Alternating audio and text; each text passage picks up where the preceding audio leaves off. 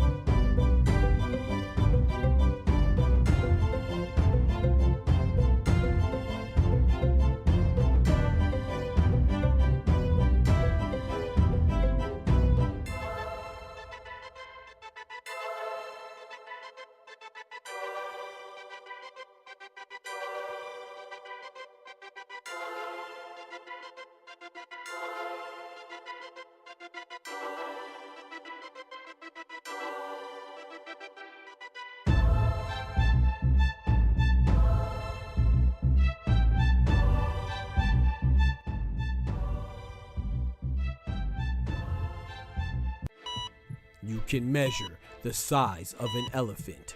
You can clock the speed of a cheetah, but you can't quantify the heart of a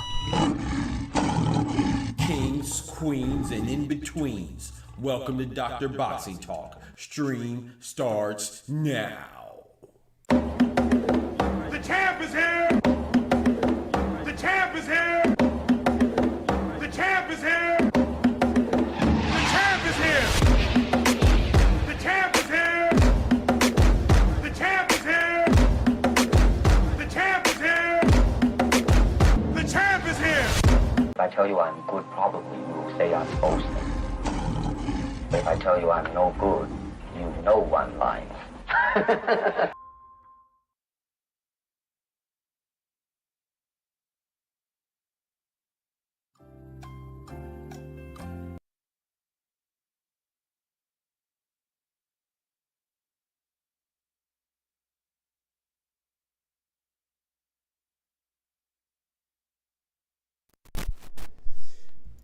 Yo, what's good, everybody, my boy Dub, number one, numero uno in the chat, man, big member, big mod in the chat, my boy Dub.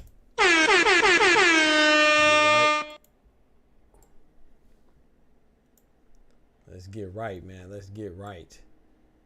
Put that behind that, man. Yes, sir, y'all know what time it is. The doctor's in the house. Gotta fire up for me, man, yes, sir.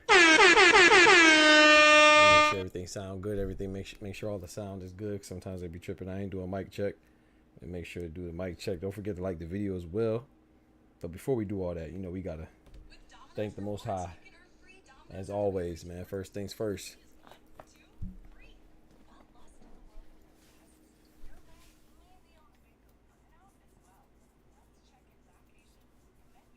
Make sure it sound good. All right, man, start off with a prayer, man. Please bow your heads. You know, we always start off the stream. Dear Heavenly Father, thank you for letting us have another day, another evening, Lord. You know, thank God it's Friday, right? Thank you for getting us through the work week, Lord. And a lot of people are stressing from the work. Please let them be able to have some rest and relaxation this weekend, Lord, and give them a little relief from their burdens, you know, and anything that's stress related, Lord. Let us know that, you know, sometimes too, it's also, you know, we got to embrace the difficult times and the burdens and the stress, because we have to have faith that you wouldn't put us through anything that we can't handle, no matter the trial, no matter the tribulation, no matter the size of the obstacle. It's on our plate because we hungry and we can finish that plate. We big, you know. So we have to realize that too, you know, and don't take that for granted, and don't forget that, you know, heavy is the head that wears the crown. So the bigger the obstacle, the more blessed we are, and the weaker we feel, the stronger we are, because we get our strength from you, Lord. In Jesus' name, amen. God is good all the time, all the time. You said Harris is in Arizona now. And you kicking him? That's crazy. That's crazy, bro. Oh my gosh, man. Yo, he said Harris is in Arizona, man. Right now, as we speak, she in there. Ooh, he about to give her the boot. Y'all about to run. You about to run down on Kamala, bro? Don't run down on Kamala, bro. Let her breathe, bro. Come on, man. I ain't gonna lie. I like her VP pick though, Walls, man. Amen, Lobo. Lobo in the building. I gotta I mean, I'll be locked in on politics, but I ain't gonna lie. This past week with the Olympics and everything, I haven't been as locked in as usual. But so Kamala Harris is out there in Arizona right now campaigning. My man said he about to give her the boot, bro. He about to toss out that. He about to. Hey, yo, Lobo. He said he about to toss out of Arizona like this. That's crazy. Don't do her like that, bro. Chill out, bro. What's wrong with you, man? They trying to make the country great, man. First stream, I made it in time. Let's go, Oscar. I appreciate you, bro. You always, whenever you show up, you on time. At the beginning, I got you. I feel you, brethren. We got King Dub in the building, King Lobo in the building, King Oscar in the building. Let's get right. Let's get right, man. So, I don't really have much to talk about today. I just kind of want to freestyle today. Usually I have like a plan, but, I kind of just want to freestyle with it because I feel like today is what, man? Today is the day before the big fight, man. So we could just preview the card. I'm most excited for the main event, which is Serhii Bohachuk versus Serhii Bohachuk. Excuse me. Yeah, I heard him pronounce his name. It's properly pronounced Chuk. So Serhii Bohachuk versus Vergil Ortiz Jr. Man, I'm excited for this fight. I think this has potential to be fight of the year. But I'm also I ain't gonna say equally as excited, but I'm also very excited for Gabriela Fundora. We get to see her again, man. She's always spectacular. This will be the third time I've seen her, and she's going against Daniela and Sejo, I believe is how you pronounce it, and Sejo. So I'm looking forward to this fight. I'm not too familiar with her opponent, Daniela, but we about to be. Maybe I have seen her. I probably have seen her against somebody else. I just don't recognize her name and stuff like that. So we'll see. I got to look at her record and stuff like that and verify if I've seen her before or not. But I'm looking forward to that, man. Gabriela Fundora, she's a beast. So we have some good fights on the horizon, man. And like I said, Serhii Bohachuk, I expect big things because Vergil Ortiz, this is a pretty big step up in competition. For who he's fighting, and Serhii Bohachuk, you could equally argue that this is a step up in competition for him as well. Yeah, definitely. I think we anticipate Vergil Ortiz to be the best person he's fought. But, he's been in there with some good guys like Brandon Adams, who he lost to. That was his only blemish on his record. But he beat the hell out of Brian Mendoza. So that was a good win because Brian Mendoza, he knocked out one of the current WB, one of the current 154 champions, right? Junior middleweights, and Sebastian Fundora, who's Gabriela Fundora's brother. He has a what? What does he have, chat? The WBC and the WBO belts, I believe. Because what Terrence Crawford just won? He just won the WBA, right? Yeah, because the IBF is Bakram Murtazaliev, who's fighting Tim Tszyu. They have the IBF. I believe Terrence Crawford has a WBA. He got that from Madrimov. I believe Sebastian Fundora. I know he has two belts, and I believe it's the WBC and WBO. I definitely believe that Serhii Bohachuk has had the higher caliber opposition so far, but Vergil Ortiz has a higher expectations and the higher projection, right? We anticipate Vergil Ortiz to be a beast, and he has looked good, but to me, I always compare him. I always say he's similar to Boots in the regards that while they do look great, they have the ingredients to make up a pound for pound talent, but they just don't have the caliber of a opposition to justify that claim. I think it's a little premature to say that. It's not premature to say that it's premature to say that's what they are, in my opinion, but it's not premature to say that's what they look like, because they do look great. They both look phenomenal, him and Boots, but I think it's a little early to bestow a label of greatness when they haven't had the opposition to justify these proclamations yet. So, But if you ask me to put money on it, do I think Vergil Ortiz is going to be a beast? Absolutely. If you ask me to put money on it, do I think Jerron Boots is going to be a beast? Absolutely, I would. But like I said, I'm more of a you got to show me type of guy, The show me state. Shout out to Missouri. The show me state. I'm not from there, but yeah. So I do think that this fight will produce fireworks, as I put here, as evident and illustrated on the thumbnail that I made. I do think it's gonna be major fireworks like 4th of July, you know. And I think that is everybody that tunes in, whether you in the building or you watching for the comfort of your own home, or you at a fight party or whatever, at a club, I mean at a bar or whatever. I think you're gonna be I think that you're gonna be satisfied and intrigued, because I always tell people, man, you got to look for the good fights to watch, man. I know, and this is no disrespect or knock on anybody, but people do like to see knockouts. They like to see fire fights, and I feel like this fight is going to be good. I think Gabriella, I anticipate Gabriella Fandora to look great too. So this is a type of fight that I think you introduce people to boxing with, you know, Vergil Ortiz Jr. and Serhii Bohachuk, you know, and then later on, man, you hope that they watch more boxing and start to appreciate it more. And then you could, you know, kind of start showing them guys like Shakur Stevenson, who's more of the sweet science aspect. But when you first watching boxing, man, a lot of people like you know what's crazy about that though? I've always had an affinity for the guys like the sweet science, like, you know what I'm saying? Like, I've always liked people who not only could knock out, but I like the people who mostly made people miss, you know what I'm saying? Like try to evade punches and counter. I like that. I've always been attracted to that part. But of course, you know, who doesn't like knockouts too, and stuff like that, and demonstrations of power and strength. So we all like that as well. But man, I think that this weekend's going to be good. And then also too, in addition to that, this is going to be on DAZN, right? If I'm not mistaken, I think it's on DAZN. I know Vergil Ortiz is with Golden Boy, but also too, in addition to that, we also have Luis Lopez going against Angelo Leo, and I don't know who's on that undercard. Let's look that up. I don't know who's on the undercard of that. I hate when they do this though. Like, why don't they just put them on different days? Like, there should be a fight today, man.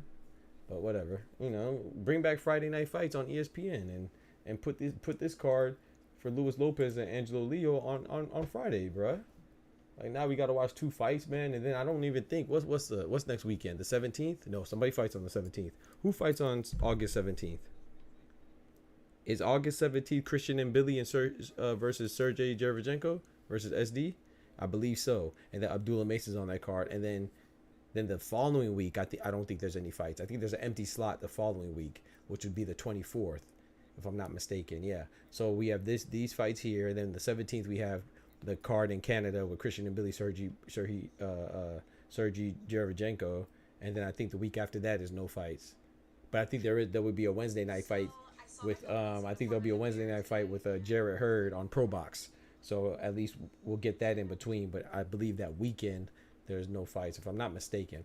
Going off the top of my head though. And my boy said most like the violence of the sport. Some appreciate the beauty of the sport. That's a fact, Lobo. That's a fact. That's a fact. Yeah, that's a fact. And yeah, I like the beauty of it, man. But I, of course I like the violence too, because as I just showed Tank, yeah, it don't get too much more violent than Tank. So I like the violence, but I also like one of my favorite fights. I ain't gonna say my favorite fight, because one of my favorite fights is Tim Bradley, Ruslan Provatnikov. That was one of my favorite fights.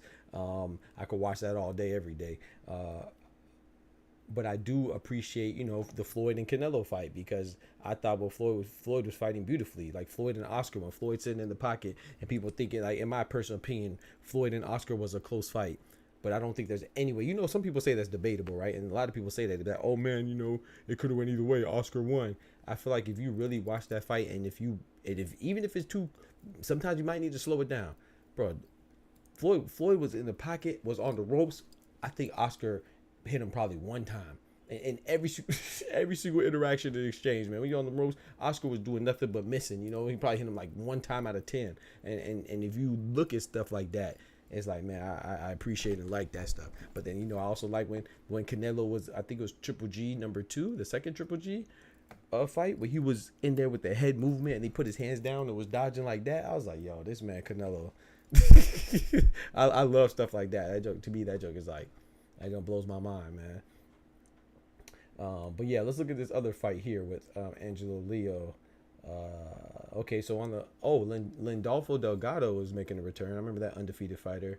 He's going against Brian Flores. Brian Flores. That should be a good one. He's undefeated too. I'm trying to remember him. Let me look. I know Lindolfo Delgado is good. Brian Flores. think I remember him too. Let me look him up and see what he looks like, and I can tell you if I remember. I remember Lindolfo Delgado. He's pretty good. Yeah, 20-0. He's going against Brian Flores. Oh, okay, nah, I don't recognize him. I was thinking of somebody else. Maybe if I see him in person, but I don't recognize this picture of Brian Flores. But he's still 26-0 though. I was thinking of somebody else in my head. So Lindolfo Delgado, you know, this should be pretty good. So we have that fight on the undercard. And Arnold Kigai versus Belmar Preciado. Abraham Perez versus Matthew Grigo. Vito Milnicki Jr. I know him. Versus Laszlo Toth. I don't know him.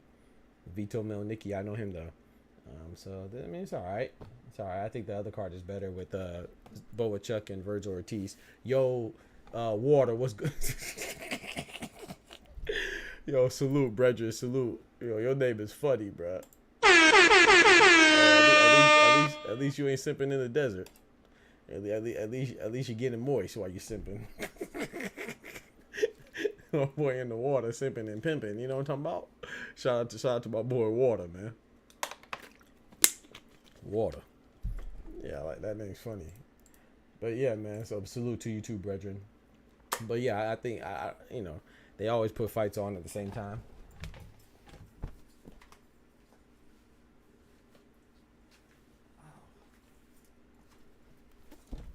They always put fights on at the same time on the same day. So, but yeah, I think I'm gonna prioritize the Vergil Ortiz and the. Hey, he said, my boy said he in the water with it, man. You know, say he get. What would you rather me say, Dub? He out there getting wet? If I say he get wet, that's crazy. What do you mean by that? So I had to say moist. I thought moist was a little better than wet. You know, maybe I should say he out there getting lathered. What? Hey yo. He said, "Does Top Rank have a card? I don't think so. Do they? Nah, I don't. That card is tomorrow. I was just talking about it. It's Luis Lopez versus Angelo Leo. That fight is tomorrow. I was hoping it was tonight, bro, but nah. Now unless they have another card, Water. Unless they have another card, no, the card is tomorrow, bro. I was hoping that it was tonight, man. That's trash. Because now we have 2 fights tomorrow and no fights tonight. But let me verify that first before I tell you no. But yeah, it's tomorrow, man. I was hoping that it was tonight, but it's tomorrow. But let me verify real quick before I tell you anything definitively. It's a championship fight. Yeah, it's tomorrow. Dang it, man. Yeah, it's tomorrow. So unless they have another card, then nah, they don't. Again, my boy Ty in the building. What's good, brethren? Yeah, exactly. This would have been a great Friday card, man. Luis Lopez championship fight, though, man. Shout out to Luis Lopez. I'm like I said, I think people, of course, you know, a lot of times, especially in America, us Americans, we don't really care for the smaller weight divisions. But 126, that weight division is great, man. I think Nick Ball's he's decent. I think he's the weakest link of the champions, but he's still good. Then you got Ray Vargas.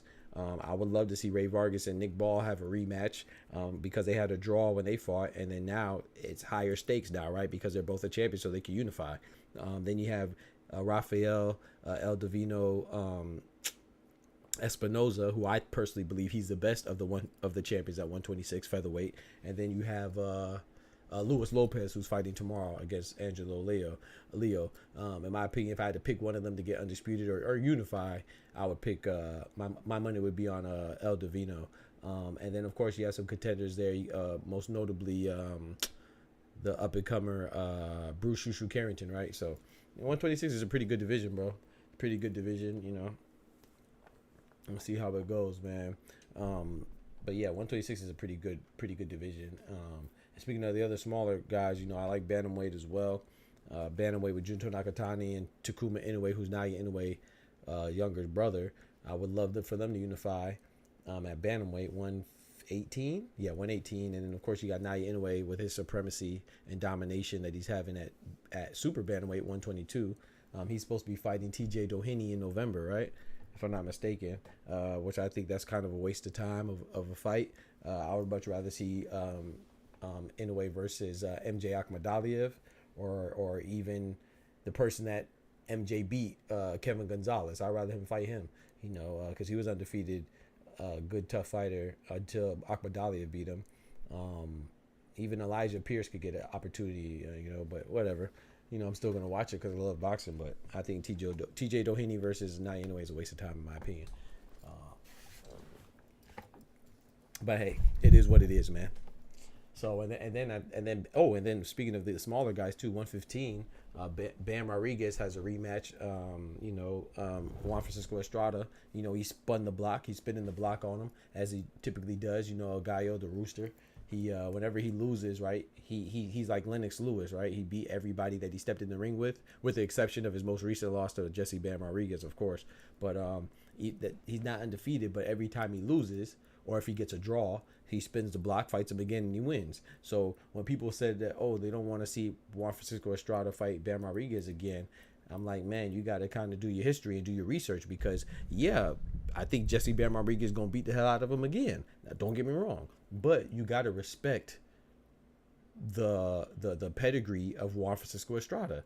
Literally, when he spins the block, he wins. Literally, bro. Every single time he loses or gets a draw, he comes back, has a rematch, and he beats the person. He beat everybody they shared the ring with, just like Lennox Lewis. When Lennox Lewis lost to Hakeem Rahman, he spun the block and beat him. Whenever he had a draw, whoever it is, he spun the block and beat him. So just off the strength of that alone, plus he's a champion, you got to give him the benefit of the doubt and at least give him a shot. Do I think he wins? Hell no. I think just with that said, I think Bam gonna bam him again. But it's definitely gonna be worth it. I just confirmed there'll be a card at ESPN Plus at 6 o'clock. Oh, thank you, bro. 6 o'clock Pacific time. Thank you, Water. Let's go, man. Thank you, brother. Let's go. You said can you tell me the card? Let's go. Thank you for letting me know, man. I don't even see it. I don't see it listed on ESPN or boxing schedule. So thank you for putting me up on game, man. Because that's where I usually go. I usually go to ESPN or I go to boxing schedule from Boxing Scene. I look at the schedule on Boxing Scene. I don't see anything. Man, I appreciate that, man. I'm definitely gonna watch that then. ESPN Plus. Oh yeah, I'm gonna check that out. I appreciate that, Water. Let's go, man. Water holding it down. 6 o'clock, so 9 p.m. my time. So 6 p.m. Pacific time, 9 p.m. Eastern time. All right, bet. Dr. Boxer, yo, karate body in the building. Let's go. What's good, brethren? Appreciate you coming through, man. So we were talking about the Vergil Ortiz Jr. versus Serhii Bohachuk fight, man. I think that has fight of the year written all over it. Well, it depends on how long it lasts, right? Because if it lasts 3 rounds, then it's not gonna be fight of the year. But if it's a fire fight and it lasts 10 rounds, I anticipate it to go 9 or 10 rounds. Then I think it definitely has fight of the year candidate written all over it. Multiple knockdowns. Like I'm gonna check on the betting odds, man. I might put some money on a multiple knockdowns occurring in that fight. That's how good I think it's gonna be. But like I said, you never know because with the step up in competition of both, it might be underwhelming for what we anticipate. But I just feel like it's hard with Vergil Ortiz having a 100% knockout rate. Serhii Bohachuk having like a 95% KO rate. It's hard to imagine that fight's going to go the distance. Even if it gets close to the distance in the 12th round with 30 seconds left, I think somebody's going to go down. You know what I'm saying? That's what I think it's going to be one of them. But we shall see, man. I'm excited for it, though, man. Yeah, this fight should be fireworks. Facts. Fire. I said fire. Yes, sir. I think it should be fire, man. I'm looking forward to it, man. I'm going with Vergil Ortiz Jr. I think that's a smart money, but man, don't sleep on Bohachuk. Because Bohachuk ain't no joke, man. I think it's gonna be a good one, man. They definitely complement each other as far as fights that's conducive for having what the heck. Their styles are conducive for a fight that's going to be fireworks, with each other. So yeah, I look forward to that, man. And what else is there, man? Also too, I was reading today. I saw Frank Warren has seemingly said, I dropped a video on it, go check it out, by the way. Please also turn on notifications for the channel, man, for your boy. You know, hit all notifications, man. Hit that bell so you get notifications. I drop videos every day. But Martin Bakole, Zhilei Zhang, man, I feel like something's crawling on me, man. I was out there on the mango trees and spiders and stuff. But anyway, I was just looking at some interviews and stuff today. Not old, but interviews today. I stumbled upon Frank Warren seemingly revealing who Zhilei Zhang is going to be fighting next. You know, Zhilei Zhang is signed to Queensberry. Obviously, you know, last time we saw Zhilei Zhang was part of the Queensberry side of the 5v5 with Matchroom, and he knocked out Wilder, right? He knocked out Deontay Wilder. And while that was a good win, you know, I just don't think I think it has minimal weight because, or at least questionable weight, right? Because everybody knows who watched boxing. Wilder is a great name to have on your record or your resume, but, you know, he hasn't been the same since, I'll say, the Tyson Fury trilogy, right? So is Wilder, he's like a resume builder now, you know, no disrespect to him or Zhang or Joseph Parker or anybody beat him, but you can just look and see how he's fighting. The Wilder that Joseph Parker fought wasn't the same Wilder, and the Zhang that Wilder fought also, he looked a little bit more alive than the one that fought Joseph Parker, but it was still not Wilder. So while I do like Zhang, and I had Zhang winning that fight, you know, I put money on Zhang, I won money, but he's still not the same as beating the Wilder that Tyson Fury beat. So but with that being said, you can only fight who's in front of you. So I applaud Zhang for that. But after that, you know, Frank Warren is saying that, you know, Zhang been wanting Anthony Joshua, but Anthony Joshua just got with Dubois, right? So they're about to fight. I got Daniel Dubois for the upset too. That's gonna be a good fight. I got Daniel Dubois for the upset.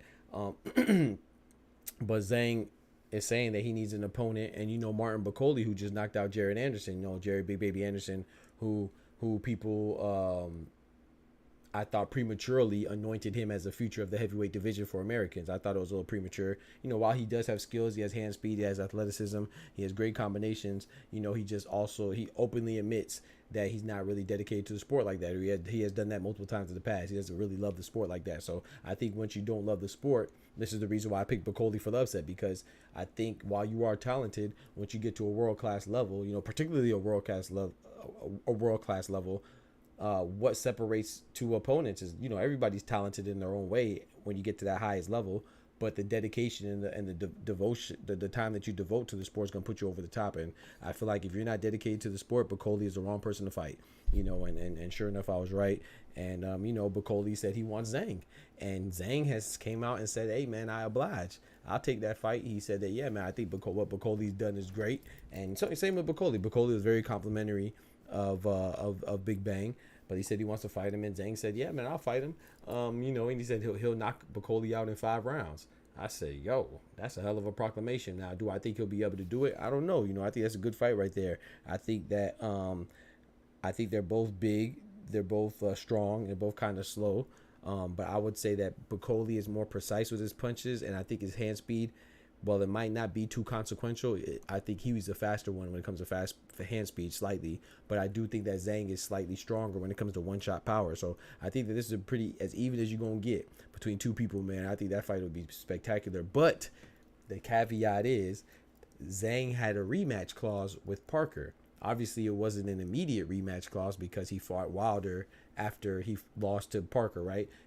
He lost to Parker by majority decision in a very close fight.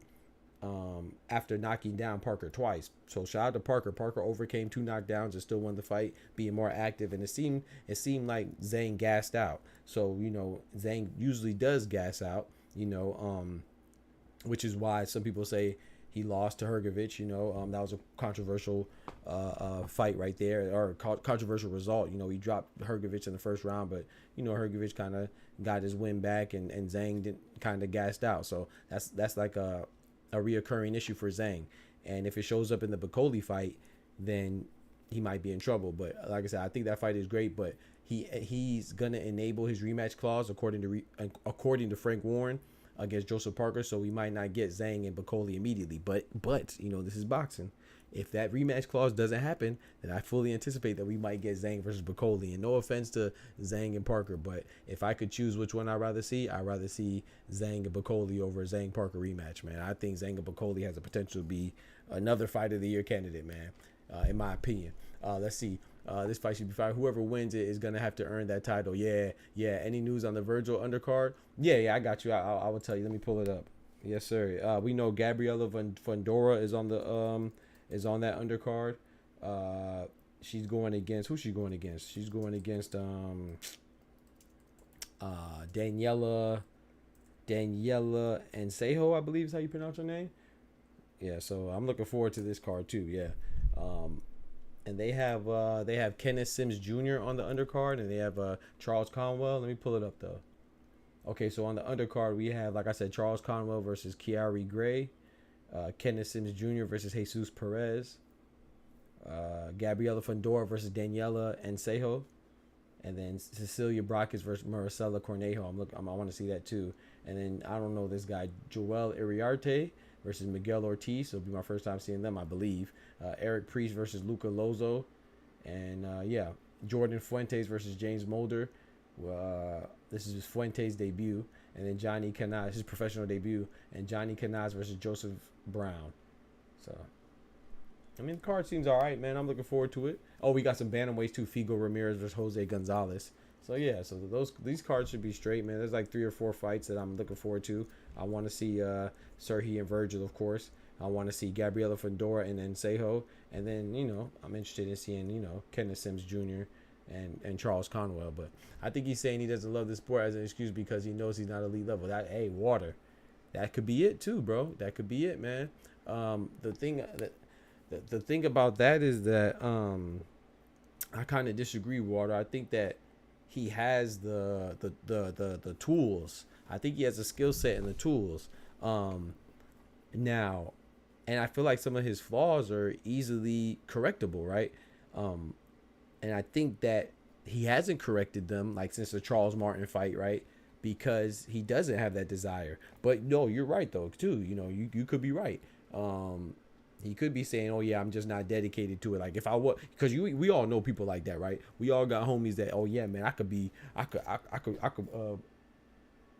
drop a rap album, I could have a hit song if I just put the time to record, I could make a fire beat if I just went in the studio and had my time to dedicate it. Or I could have made the NBA if I would have just practiced more and I ain't had time and I was worried about girls and running around clubbing." Well, I mean, having dedication is part of that's a talent too, what I'm saying? Being a hard worker and being a grinder is part of that's a talent too, you know what I'm saying? So you could be right, bro. You could very much well be right, because sometimes people will say, "Oh, I can't if I did this, if I did that." Well, that if is probably your drawback, you're probably your weakness.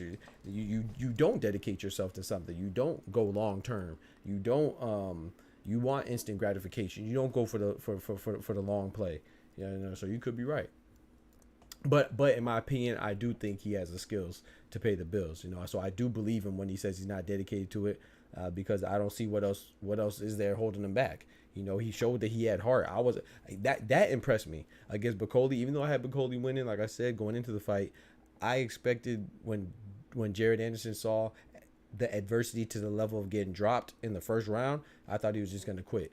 But he definitely showed heart and he kept going, man. So I have to applaud him for that. Even though I never bought in to Jared Anderson being the future of American boxing, because when someone tells you that they're not dedicated, I believe them. So I believed him. That's why I never took him seriously. Yo, my boy Tech in the building, man. Big salute, man. Dr. Boxing Talk and Chat. Salute, brethren. Here's 10 for your pups. Hey, get up. Yes, sir. I will definitely do that, man. I'm going to make sure they hold me to it, man. My boy Dub, man. Yes, sir. Dropping that bread, that cheese, that butter. These biscuits.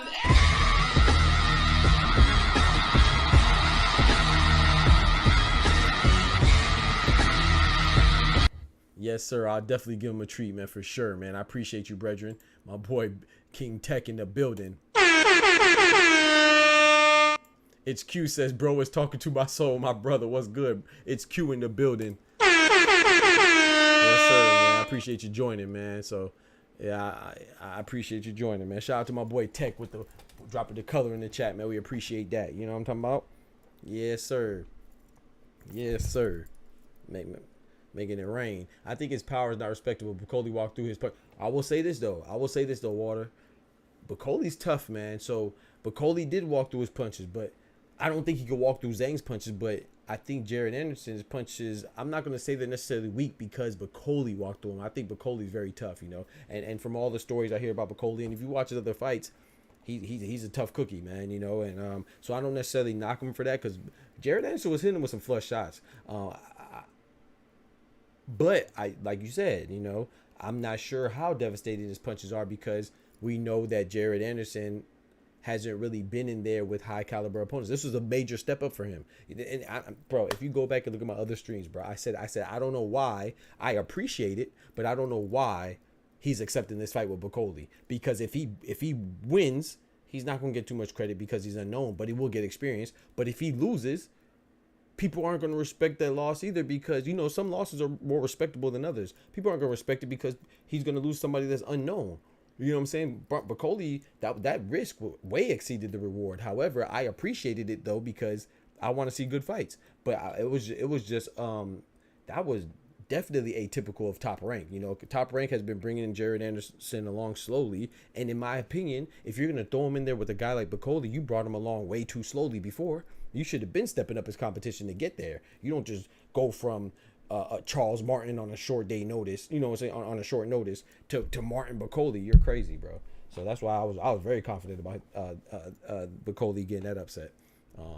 But yeah, I think that with Jared Anderson, I don't know. I still think that I'm still not sure how strong or weak he is as far as punch power goes. So when Jared Anderson gets cooked, he showed heart, but when Wilder gets cooked, he a bump. Yo, Illuminati in the building. You know how people do, man. You know how people do, bro. Yeah, people be hypocrites. That's a fact. No, you're right. But Jared Anderson did show heart, and Wilder shows heart too. Like I said, he always gets up as well, you know, and well, always tries to get up because he ain't get up from the last Zhang one. Zhang outweighed him by 70 pounds. That's true. But it's heavyweight, you know. Heavyweight, it's unlimited, baby. It's unlimited. I am so hyped for this Ortiz fight going to be a war. Yes, bro. I'm excited for this, man. I'm excited for this fight, man. I think that, and that's the thing though.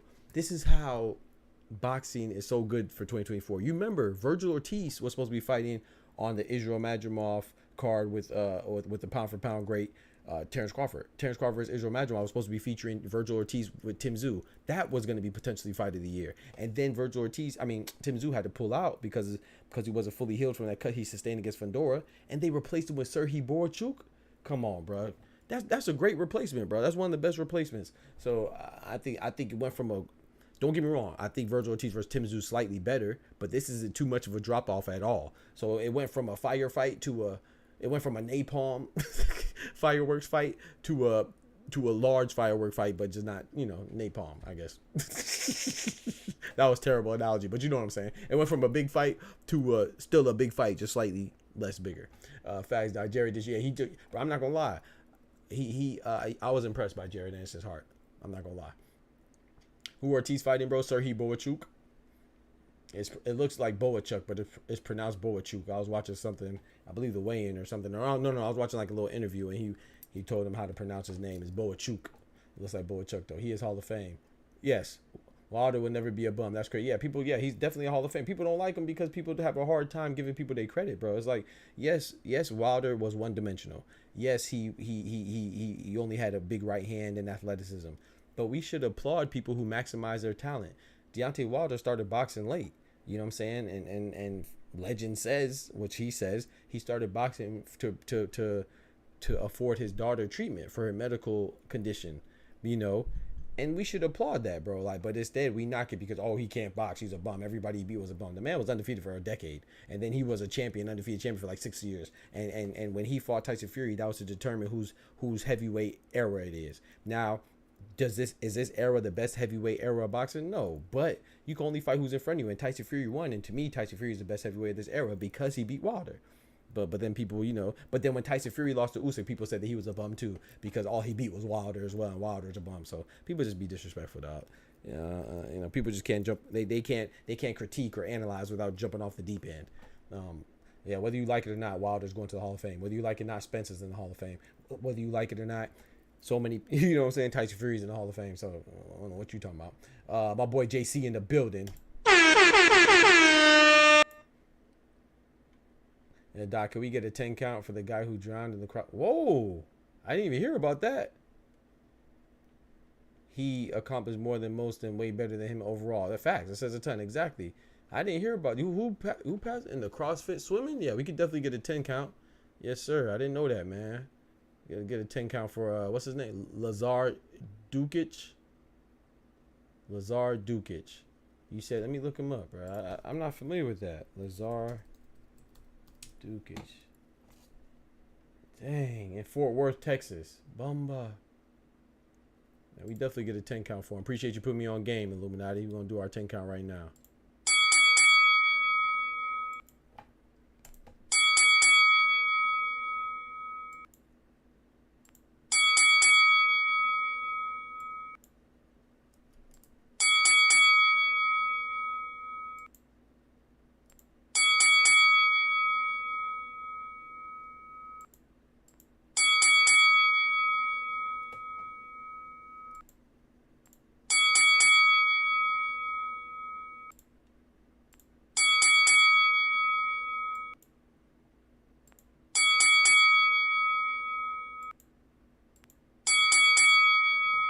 Yes, sir. Rest in peace, Lazar Dukic, and my condolences, sincerest condolences to his loved ones, man. Rest in peace. God bless. Appreciate you letting me know, Illuminati. Bakole is a big dude. Facts. I think he's like 6'6". He's big. He's big as hell. He said Tim Tszyu about to fight for a title. I don't know much about his opponent though. He's fighting for the IBF title against Bakram Murtazaliev, Water. So, you know, he's gonna be right back in. I think he's gonna win. I've only seen Bakram fight twice though, so I'm not too much. I don't know him as that much either. So me and you are probably in the same boat. I've seen him fight a couple times, literally. I fully expect Tim Tszyu to win, but then again, I think I've always thought Tim Tszyu was the best at 154. So we'll see. I mean, now Terrence Crawford's there, right? So that's debatable. But in my opinion, prior to Terrence Crawford moving up, I thought that Tim Tszyu was the best at 154, especially considering Jermell Charlo being absent, right? We're including the current landscape of 154. I'm not talking about when Jermell Charlo, who's undisputed, is there, right? When he's there, you got to give it to him. He's undisputed. Got to put respect on his name. But I'm talking about the active fighters at 154. I always thought Tim Tszyu was the best. Whether that's true or not, you know, is yet to be seen. And then he lost to Fundora, which I thought was a terrible way to lose. You know, he not only did he lose his undefeated streak, but he lost both his belts due to a hellacious cut and the mismanagement of the cut by his corner and the doctor and everything. Everybody dropped the ball, but you know, we'll see how it goes. I fully expect Tim Tszyu to beat Bakram, and then I expect us to get Tim Tszyu versus Terrence Crawford like they were initially supposed to get before. That's a good scrap. Facts. Amen, Tech. Boxing Scholar in the building. What's good, brethren? Left hook lazy in the building. What it do, brethren? I feel like Bohachuk is gonna whoop on, bro. Bro, that's how I feel. I'm not gonna say I feel like that per se, but I feel like he has a very good chance, man. I think this fight's 50-50, man, because I do think that Vergil Ortiz is a better talent, but I think this is a big step up for Vergil Ortiz, man. And Serhii Bohachuk, like I said, he fought Brian Mendoza. He beat the hell out of Brian Mendoza. Brian Mendoza is a pretty good fighter, and he's a tough guy. Brian Mendoza's been in there with the likes of Tim Tszyu. Brian Mendoza's been in there with the likes of Sebastian Fundora. Oh, excuse me. He actually knocked out Sebastian Fundora, and Sebastian Fundora is a current champion. So Vergil Ortiz has not been in there with the caliber of guys that Serhii Bohachuk has. But that doesn't mean that he can't rise to the occasion. But, man, I'm a little this fight is interesting, man. I think the smart money still, with that being said, is still on Vergil Ortiz Jr. However, man, hey, has Tszyu answered the Sheik yet? Yeah, I don't know, man. I don't know. You know, Tszyu, you know, Turkey Al Sheik has said he's been having trouble with the communications, JC, like you're alluding to. So did he holler at him? I don't know. You know, there's a lot of people that seem to be having their feathers shaken a little bit by Turkey Al Sheik, and I think that a lot of people are. Hey, do you see what I did there? Having their feathers shaken by the turkey, or the turkeys, or maybe they're shaking the turkey's feathers. Hey, yo, that was accidental too, boy. Hey, when you good, I'm just like this. You feel me? But anyway, I think that turkey feathers are getting ruffled by some people, but from what I've been seeing, man, it's like a lot of people are either pro turkey or pro the people that aren't pro turkey. You know, say like people are pro Tim Tszyu or Canelo or now Yenway or Gervonta Tank Davis. I think they're both good. Like, I don't want boxing without the guys I named, the aforementioned guys I named, and I don't want boxing without Turkey. I think Turkey did a good job, but I think we have to realize that everybody's not going to be compliant. What's good for the goose is not always good for the gander. So while I do think Turkey is doing good things, I don't think Canelo should do what he doesn't want to do just because Turkey says so, or Gervonta, or Inoue, or even Tim Tszyu. But I do think what Turkey has been doing has been great for boxing. But so I don't think you have to pick a side. I don't know why everybody feels like they're. I don't know why everybody feels so compelled to pick a side in everything, bro. You don't have to pick a side, bro. At least I don't. I don't know. I mean, do what you want, but I don't. He said that's because Wilder has never been a fundamentally good boxer, made a lot of it. No, but that's a fact though. But karate, can both things not exist? Can I not make mistakes and still be great? That's the thing. You don't have to be this notion that fighters have to be a complete fighter to be great. No, you don't. It's now as much as Naoya Inoue, in my opinion, is pound for pound currently number 3. Before Terence Crawford beat Israel Madrimov, I had him number 2 and I had Usyk number 1. But since I had Terence Crawford number 3, but since just because of inactivity and stuff. But since Terence Crawford got another belt at a higher weight division, I made him supplant Usyk and Naoya Inoue. So right now I currently have Inoue number 3. But is Inoue a perfect fighter? No. We saw what Louis Neary did to him. You think that was I think the people that were surprised. I was surprised that Louis Neary did it, but I wasn't surprised that somebody got him while he was swinging wild, because Naoya Inoue, he's a wide puncher and he takes a lot of chances. He lunges in, he throws lupus shots, but he's so good that he gets away with it, So I don't think that you have to be a perfect fighter to be great. Even Devin Haney, right? When Ryan Garcia touched him up, now shame on Ryan Garcia. I hate using this example because Ryan Garcia is a cheater and a piece of shit. But I put money on Ryan Garcia to win. I know those of you that be in the stream, y'all tired of me saying this, but I have to repeat it to further emphasize my point. I picked Ryan Garcia to beat Devin Haney, not because Ryan Garcia was a better boxer than Devin Haney. Hell no, Devin Haney was a better boxer by far, more skilled boxer. But it's not always about who's the more complete fighter. It's about stylistically how does it match up. I knew that when Devin Haney gets hit, he doesn't get hit a lot, but when he gets hit, oh my goodness, he gets hit flush. Like, look, ask Jorge Linares. Remember when Jorge Linares cracked him and then escorted him to his corner, and even Lomachenko, he stung him a couple times. So Devin Haney, he doesn't know how to roll with the punch, and he doesn't know how to. He knows how to make you not reach him when he can and use his range to his best advantage. But if you're a bigger fighter, which is Ryan Garcia, or the same size, which Ryan Garcia was, if you're a faster fighter, which Ryan Garcia was, I was so confident that I put money on that fight. And I was right. I just didn't know Ryan Garcia was going to be strapped with the Osterine pack. You know what I'm saying? So he's trash for that, for cheating. But I wasn't surprised at that result. Ryan Garcia makes a whole bunch of mistakes, but I knew Ryan Garcia's mistakes weren't going to be able to be capitalized by a fighter like Devin Haney, even though he's a better fighter. So Wilder, he did make a lot of mistakes. I agree with you. He was not fundamentally sound. I agree with you. He had a wide stance. I agree with you. His name was Wilder, and that's exactly how he fought. He fought like a wild man. I think that Wilder was so bad at combinations and so wild that when people said, oh, Wilder should throw more combinations, I literally don't think he could have, because I feel like Wilder is so wild that if he would have tried to throw combinations, he would have probably knocked himself off balance. Like, I know that sounds funny, but I really feel like that. I feel like if Wilder threw too many combinations, bro, he'll be off balance like a mug. So, but I can acknowledge all that, but I can also still appreciate that even despite all those deficiencies, even despite all his ineptitude to be a great boxer, he was still good enough to be a champion for a long time, undefeated for a long time. We gotta respect that, bro. Everybody's not gonna have everything, and I'm not saying that you're disrespected to karate. I just went off a tangent and we went on a little rant. Seeing you in the one round with George, nice to see some younger people in boxing. Good show. So hey, from Oregon, let's go, from the far west coast, man. Appreciate that, man. I got a homie that big up to you, Q. My homie that I graduated with, he has a PhD in engineering just like me, but he works at Intel in Oregon. So yeah, I gotta go visit him, man. If I visit him, man, I'm gonna pull up on you, bro. Shout out to Q, all the way from Oregon, man. He said Canelo, Vergil is soft. He had a chance to fight Crawford and Boots. He dug both. I know that Canelo. Oh, cinnamon in the chat. Spam the cinnamons in the chat, man. We got Canelo in the chat, man. We got cinnamon in the chat. Hey, he said that he ducked. It's hard for me to say that Vergil Ortiz ducked anybody. Did Vergil Ortiz? I would say that he's undisciplined. I would say that he even borderline unprofessional, right? All the times that he missed weight, fought at catch weights. But Vergil Ortiz is still a young fighter. Even Boots, So I don't mind fighters I don't mind fighters or their teams giving them opportunities to grow. So I wouldn't say he ducked Boots or Bud. Would I have liked to see him fight?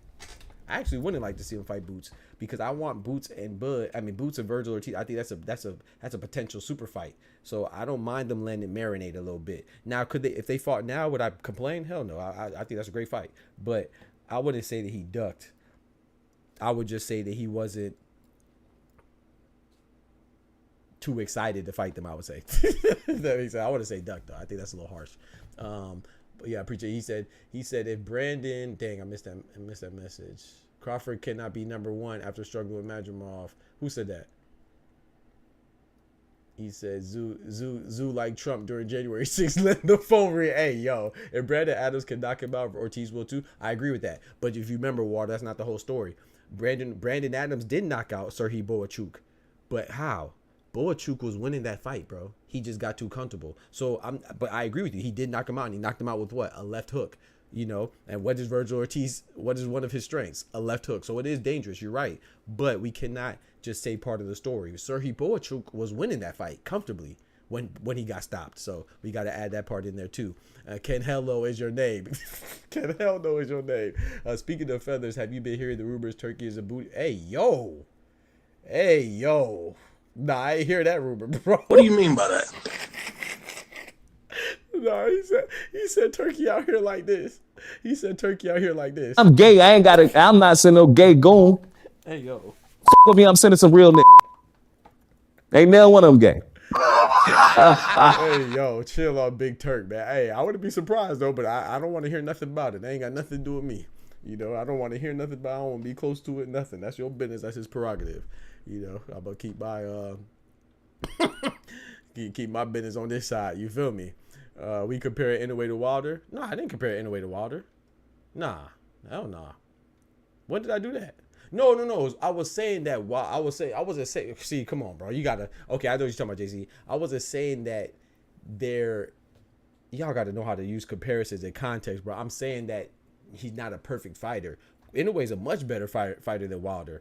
But I'm saying that everybody has deficiencies in their game. I wasn't comparing Wilder to Devin Haney either, or Wilder to Ryan Garcia. My point is that you have deficiencies in your game. Like what is Devin Haney's deficiency is that he has a questionable chin and he gets hit flush. Ryan Garcia's deficiency is probably everything besides his power. You know what I'm saying? He has a good left hook and everything else is trash. You know, from his defense to his fundamentals to everything. So with Naoya Inoue, I'm saying that Naoya Inoue, as great as he is, he has deficiencies. He's not perfect. He lunges a lot, but he could take advantage of that because of his athleticism and everything else that he has to account for that. Deontay Wilder has way more deficiencies than somebody like Inoue. I was just use that as an example to say that, to highlight that no fighter. Some fighters are closer to perfect than others, but my point is that no fighter is perfect, but that doesn't stop them from being great. And I think Deontay Wilder's path to be great was much harder than everybody else's because of how imperfect he was. That's what I was saying. I was not comparing it. Wilder, come on, bro, tighten up. No, so I'm glad you said that so I could clear it up because I was not. Hell no. Crawford cannot be number one after struggling with Madrimov. I think that's a terrible way to look at it, Water. Crawford struggled with a guy that's bigger. End of story. No, sorry. Let me add to the story. Crawford struggled with a guy that's in a higher weight division. That's a champion. We cannot forget that, bro. Like, if you're going to struggle, shouldn't you struggle moving up? I don't get, like, what do people be thinking? Like, I'm not attacking you. I'm just speaking in generalities here. If you're going to struggle, if you're going to be on an 11 KO streak and that 11 KO streak is going to end, wouldn't you think it would end when you move up a higher weight division and you move up to that higher weight division in said weight division and fight the champion? Bro, like, that's not supposed to be easy. We should be applauding Terrence Crawford from being a champion at 135, being undisputed at 140, being undisputed at 147, and then in your debut, you go and fight a champion at 154 and you win? Come on, bro. Like, we gotta chill out, bro. That was his first fight at 154, bro. He's supposed to struggle. Come on, bro. If he would have blew through Madrimov, you know what you would have said? You would have said, oh, Madrimov, he cherry picked him. That's what you would have said. But come on now, let's be honest, Water. If Crawford did not struggle, If Crawford would have blew through him, you know, the vast majority of people would have said, "Oh, Crawford just cherry picked him, and he only had 11 fights. He wasn't supposed to be a champion anyway. Come on." And now that he struggled with him because Madrimov is a formidable opponent, I think Madrimov's going to be champion again. And I feel bad for whoever fights Madrimov from this point forward, because I think Madrimov's going to be turned into a much fiercer fighter. I think he's going to learn from it, similar to like how Canelo learned from his loss to Floyd Mayweather, and he came back a whole different beast. I think the same thing's going to happen with Madrimov. But we got to stop that notion that just because you're a pound for pound talent, just because you're great, you shouldn't struggle. What? In fact, we want to see the great fighters struggle, because that's what should attract us to them, because we know what makes them great. It's not that the path is easy, is that when the path is not easy, you still find a way to overcome it. That's what Crawford did. So I think you wilding on that one. There is too much hate in division. Respect is not there for elite boxing matches only. Facts. Is not there for elite boxing matches mostly. You can pull for your guy, but you can and should respect the opponent at that level these guys fight at. Facts. I agree. Nothing but facts. Tech. Yeah. When Tech talk, we listen. Facts. I feel like Bohachuk is tougher and coming with more than Vergil Ortiz. Woo! I can't wait to see it. Left hook. Madrimov is going to be great. For me, facts, dub, facts. Exactly. Madrimov is going to be fire. I'm telling you. Remember we said that. I should say we said that. French. Madrimov is going to be a beast. Wilder can twerk. Hey, yo. He said Wilder can twerk? What do you mean by that? JC, what are we doing, man? What are we doing? Damn, don't knock himself off balance. Bro, I think he'll knock himself off balance. I ain't gonna hold you, bro. No disrespect. Wilder's a beast, but I think he'll knock himself off balance. Any heavyweights would have been champion with the opponents he had. That's not true, because if any heavyweights would have been champion with the opponents Wilder had, that means his opponents would have been champions. What you just said is contradictory in itself. We got to understand. I don't know how much you've been watching Wilder, but how long you've been watching boxing, but if you remember, there was 4 kings of the heavyweight division. Tech, back me up on this. Dub, back me up on this. Louis King Kong Ortiz, right? Deontay Wilder, Anthony Joshua, Tyson Fury. Those are the 4 best. Deontay Wilder fought and beat Louis Ortiz twice. Deontay Wilder infamously had a trilogy with Tyson Fury. The only one that he didn't fight was Anthony Joshua. Oh, Anthony Joshua, coincidentally, right, didn't fight the other 3 either. He didn't fight Tyson Fury, the other 2. He didn't fight Tyson Fury or Louis King Kong Ortiz. So when you say that Deontay Wilder didn't fight anybody, that's disingenuous, because in order to become champion, he beat another champion, to Bermane Stiverne. So to say that everybody he would have fought, if other people fought the people he would have fought, they would have been champion. That's not true. Chris Arreola fought Bermane Stiverne. I mean, maybe you think Chris Areola's trash too. I don't know. I mean, I think there should be a difference and a distinction between being elite and being trash. You could be great and not be great and still not be trash. So this is where your black. What's good, killer? Yo, what's good, man? What's good? He said this is where your black ass been at. What's good, killer? Big salute, brethren. Hey, El Pinche, appreciate you coming through, man. Big salute, El Pinche. Yes, sir. Yes, sir. JC Dimalo. Hey, chill on Big Turk. That hand holding is a form of solidarity, they claim. My boy Ty, getting them together. Get them together, Ty. By that logic, Canelo is number 1. Talk to him. Hey, did Eminem hold his hand? I didn't see Turkey did grab his phone. Hey, yo, what y'all talking about, man? Checking it. Big Canada in the building. TJR, what's good, brother? I got to go back. I've been to Toronto one time. I got to go back and check y'all out, man. I loved it. I was up there a couple years ago for Caravana Festival. Oof, boy, was they out there. Clone in the building. Big member. Compare Spence performance to Madrimov before. You feel me? And Madrimov, we got to understand, too, like, I know Madrimov had 11 fights at the time with 10 wins and 1 draw, but he comes from Uzbekistan, correct? Eastern European, and they have, they go to school for boxing over there.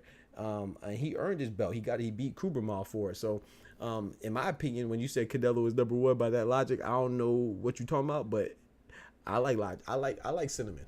So, spam them cinnamons in the chat. You saying Canelo number 1, I ain't got no problem. I ain't got no problems. That ain't no problem to me, because I think Cinnamon, he's also a guy, because he doesn't fight David Benavidez, people sleep on his accomplishments. Now, should he fight Benavidez? Absolutely. I think he should fight Benavidez. So should he get critiqued by other people? Yeah, because they want to fight Benavidez. But at the same time, when people say that Cinnamon's legacy depends on Benavidez, you are absolutely mistaken. If you say Cinnamon's legacy depends on anybody besides Cinnamon, I think that you tripping. Bullshit! Bullshit! Bullshit, bullshit, bullshit, bullshit!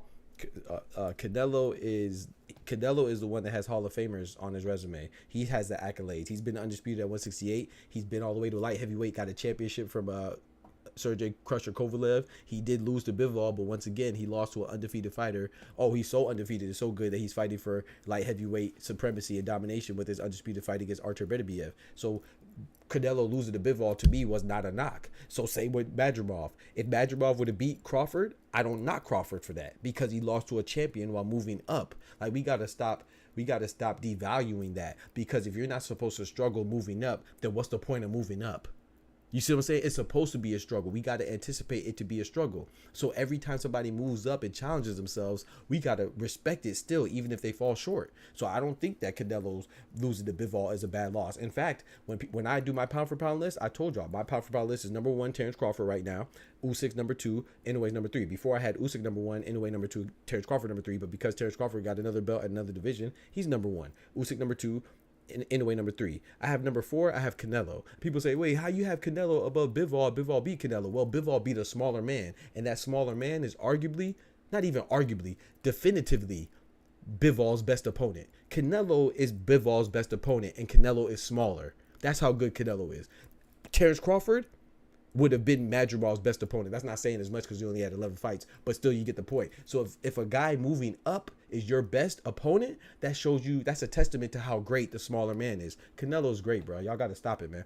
Terrence Crawford is great, man. Y'all got to stop it, man. Give respect is due. You're supposed to struggle. It should be anticipated that you're going to struggle when you move up. That's the point of moving up. We have divisions for a reason. We have weight divisions for a reason. So we got to give them love, man. We got to stop this nonsense.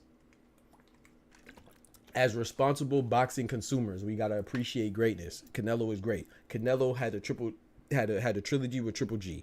Canelo fought Floyd Mayweather. He lost, but that was an all-time great at the time, and he was a young bull. He was bigger, he had the advantage, but he was still, from an experience standpoint, he was at a deficit. He beat the Hall of Famer Sugar Shane Mosley. He beat the Hall of Famer Miguel Cotto. He fought the undefeated prospect Austin No Doubt Trout.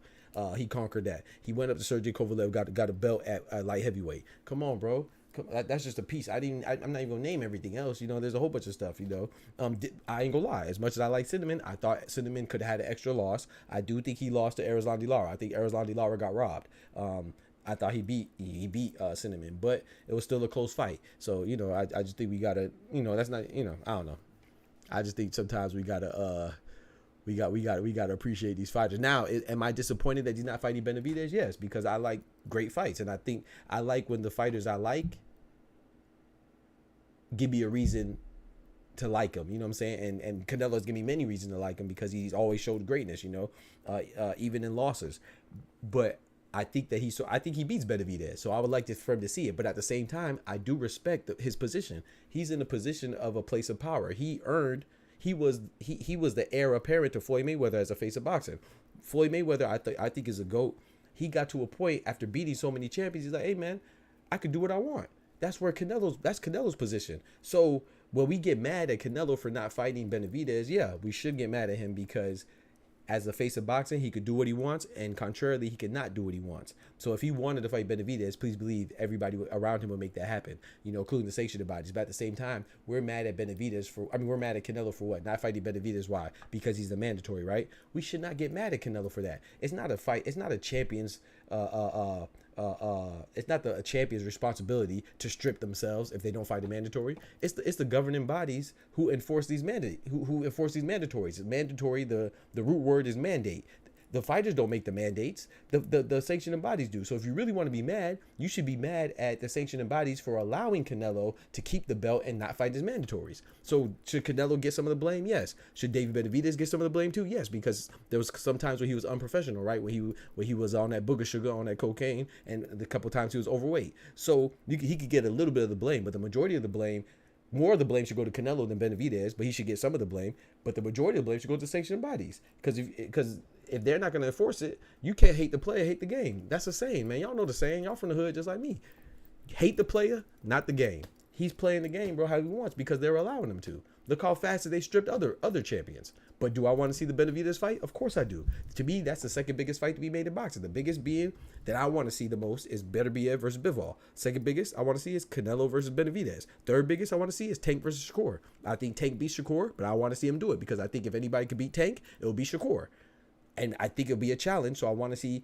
I think that Tank is great because I think he can demonstrate greatness by overcoming the biggest challenges. Same with Canelo. That's why I want to see Canelo conquer Benavidez. I want to see Tank conquer Shakur. I don't know who's going to win out of Beterbiev and Bivol. That's a great fight. But some people like some people that like Canelo, they're like what I call groupies. Is like they don't really like boxing. They just like the way Canelo brushes his hair or the girl he's dating or the kind of clothes he got on. Like, why wouldn't you want to see your favorite fighter beat the best guys? So I never understand why people who like Canelo feel like they have to diminish or discredit Benavidez. Benavidez is deserving of the fight. He's a beast too. I like them both, but I like Canelo more. And I like Canelo so much because he's a fighter that I think he'll beat Benavidez. I like Tank so much that I think he'll beat Shakur. It's not like, oh, I like Tank, so I don't like Shakur, and I think that Shakur doesn't deserve to fight Tank. Like, why are you like, I don't understand that mentality, bro. I would never understand that mentality. I thank God I don't. Canelo has the best resume in boxing at the moment, but he ducked Benavidez. I agree with that. I'm not gonna say, like I said, I like Canelo, and I just, it's hard for me to say that he's ducking because that implies that you're scared. I don't think Cinnamon is scared of anybody, but I can't tell you why he's not fighting him. I think he should fight him. I think Benavidez probably is the biggest fight monetarily as well. Like it'll provide the most revenue generation. So I don't understand why he's not fighting him. But do I think he's scared? Nah, that's what ducking implies. But I definitely agree that he has the best resume, though. Yeah, tell me another fighter that has 60 plus fights. The last person that has 60 plus fights is Vladimir Klitschko, if I'm not mistaken, and he's been retired. So yeah, Canelo's a beast. Crawford needs to become undisputed at 154 and then retire, and Canelo needs to fight Benavidez and Bivol, then he can retire. Yeah, I mean, I'm not really mad. I don't really need to see the Canelo and Bivol fight again. I mean, I wouldn't mind it, but I don't really need to see it. But I wouldn't mind it, though. That's why Roberto Duran was respected. Talk to him, hands of stone. Everyone is mad at Canelo because he is stealing money and laughing. Shout out to Dub. Shout out to Dub, man. Karate Body said, people being overly critical of fighters because they struggle at points within reason is kind of ridiculous. Yes, thank you, Karate. You can't just move up and wait and not be exactly. Like people want you to move up and not struggle. Like, do you know that's why we applaud it? Why do we want people to move up? And why are we so enamored and so impressed when people move up and still dominate? Because we recognize how difficult moving up and being and things like your power transitioning and your dominance transitioning. We know how great that is. So if when they do it and they struggle, why are we knocking that? And if they do it and they fail, why are we knocking that? He like people like this. I saw somebody say that Terrence Crawford struggling against Madrimov was just like Teofimo struggling against Claggett. Are you dumb? I said what they said. What they said? Terrence Crawford struggling against Madrimov is the same as Teofimo struggling against Claggett. What? I said, yeah, bro. I said, yeah, you're hopeless. You're stupid. Like Teofimo fought Steve Claggett, who lost 6 times prior or 7 times prior. Not only that, he didn't move up and fight Steve Claggett. Steve Claggett is not ranked. Steve Claggett has never been a champion. It sounds like I'm disrespecting Claggett. Shout out to Claggett. I'm not disrespecting. I'm just saying for the comparison that was made. The person who made the comparison was disrespectful. I can't remember who said it. I saw some channel, and it's like, bro, Teofimo fought Steve Claggett as a tune-up after coming off an ugly win against Jermaine Ortiz. He was supposed to demonstrate the showcase and remind us why he calls himself the self-proclaimed takeover. He didn't do none of that. He struggled with a pedestrian Steve Claggett. Terrence Crawford struggled fighting a champion at a higher weight division. What are we talking about, bro? How dare you compare those two? Bro, people are crazy, bro. People are crazy, bro. Canelo great, Crawford great, but if Canelo fight Berlanga, then Eubanks, next he duck type. We gotta start calling him side duck like Pokemon. And if Crawford fights a non-belt holder next, then yeah, he a duck too. He gold duck Pokemon. I ain't gonna lie, I will say this: if Canelo fights Eubanks, anybody can say whatever they want about Cinnamon. I can't stand behind that. If he fights Eubanks Jr., then I'm gonna give y'all 2 weeks to talk trash about Canelo, and I can't say nothing, cause yeah, that'd be crazy. prime years, exhibitions, no bueno. Facts, yeah, I feel you on that. So I'm not defending his fighting choices. I definitely think he beats Berlanga. But Berlanga, let's be honest, Berlanga's ranked number 1, so you could hate it. But he's ranked number 1, so anybody else would have fought a top ranked guy, they will be applauded. We got to keep that in mind too. But he jumped in the comment section ready to crash out over his Canelo. Facts, Ty. You saw that? I seen it too, Ty. That's Canelo. Ty, you better chill out. That's some goofy. Obviously, it's an example of an analogy for what I'm saying. Ty, obviously we won't be fine with Tank taking trash fights. Oh, y'all going at it. You would be fine with Tank fighting trash fighters without fighting the best.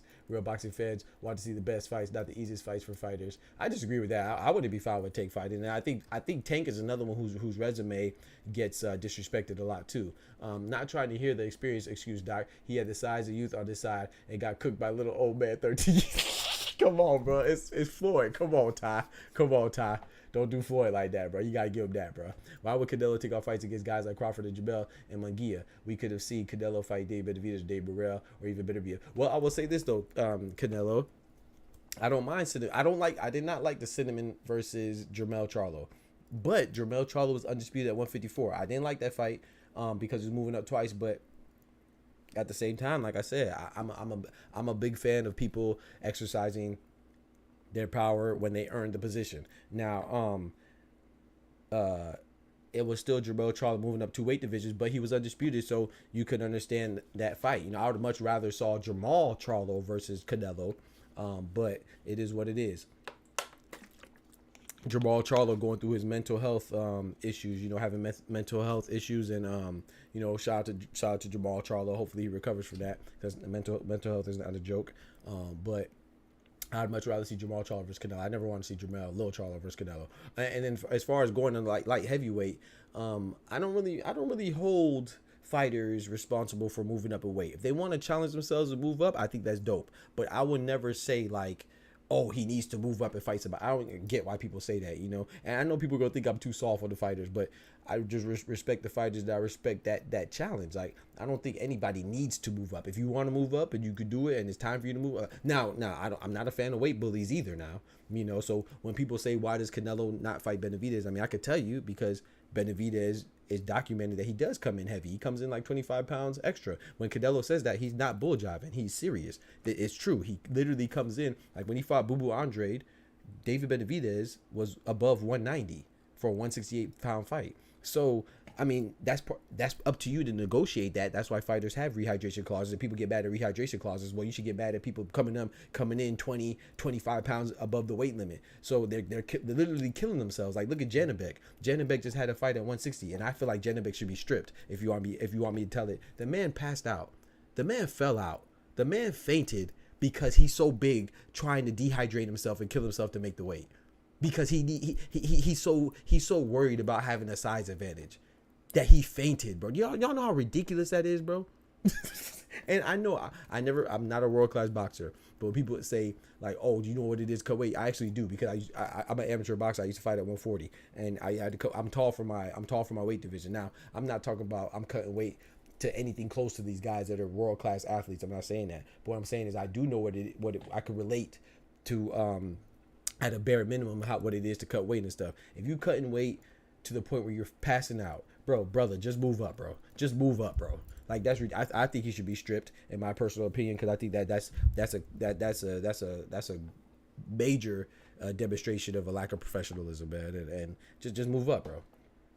But I forgot what I was saying. But anyway, back to Tank though. I want to talk about that. I think people trash his resume too. Tank has a lot of champions on his resume. Hector Garcia is a champion. Leo Santa Cruz is in my opinion, he's a great fighter, all-time great fighter. And he was a champion, you know, multiple weight divisions.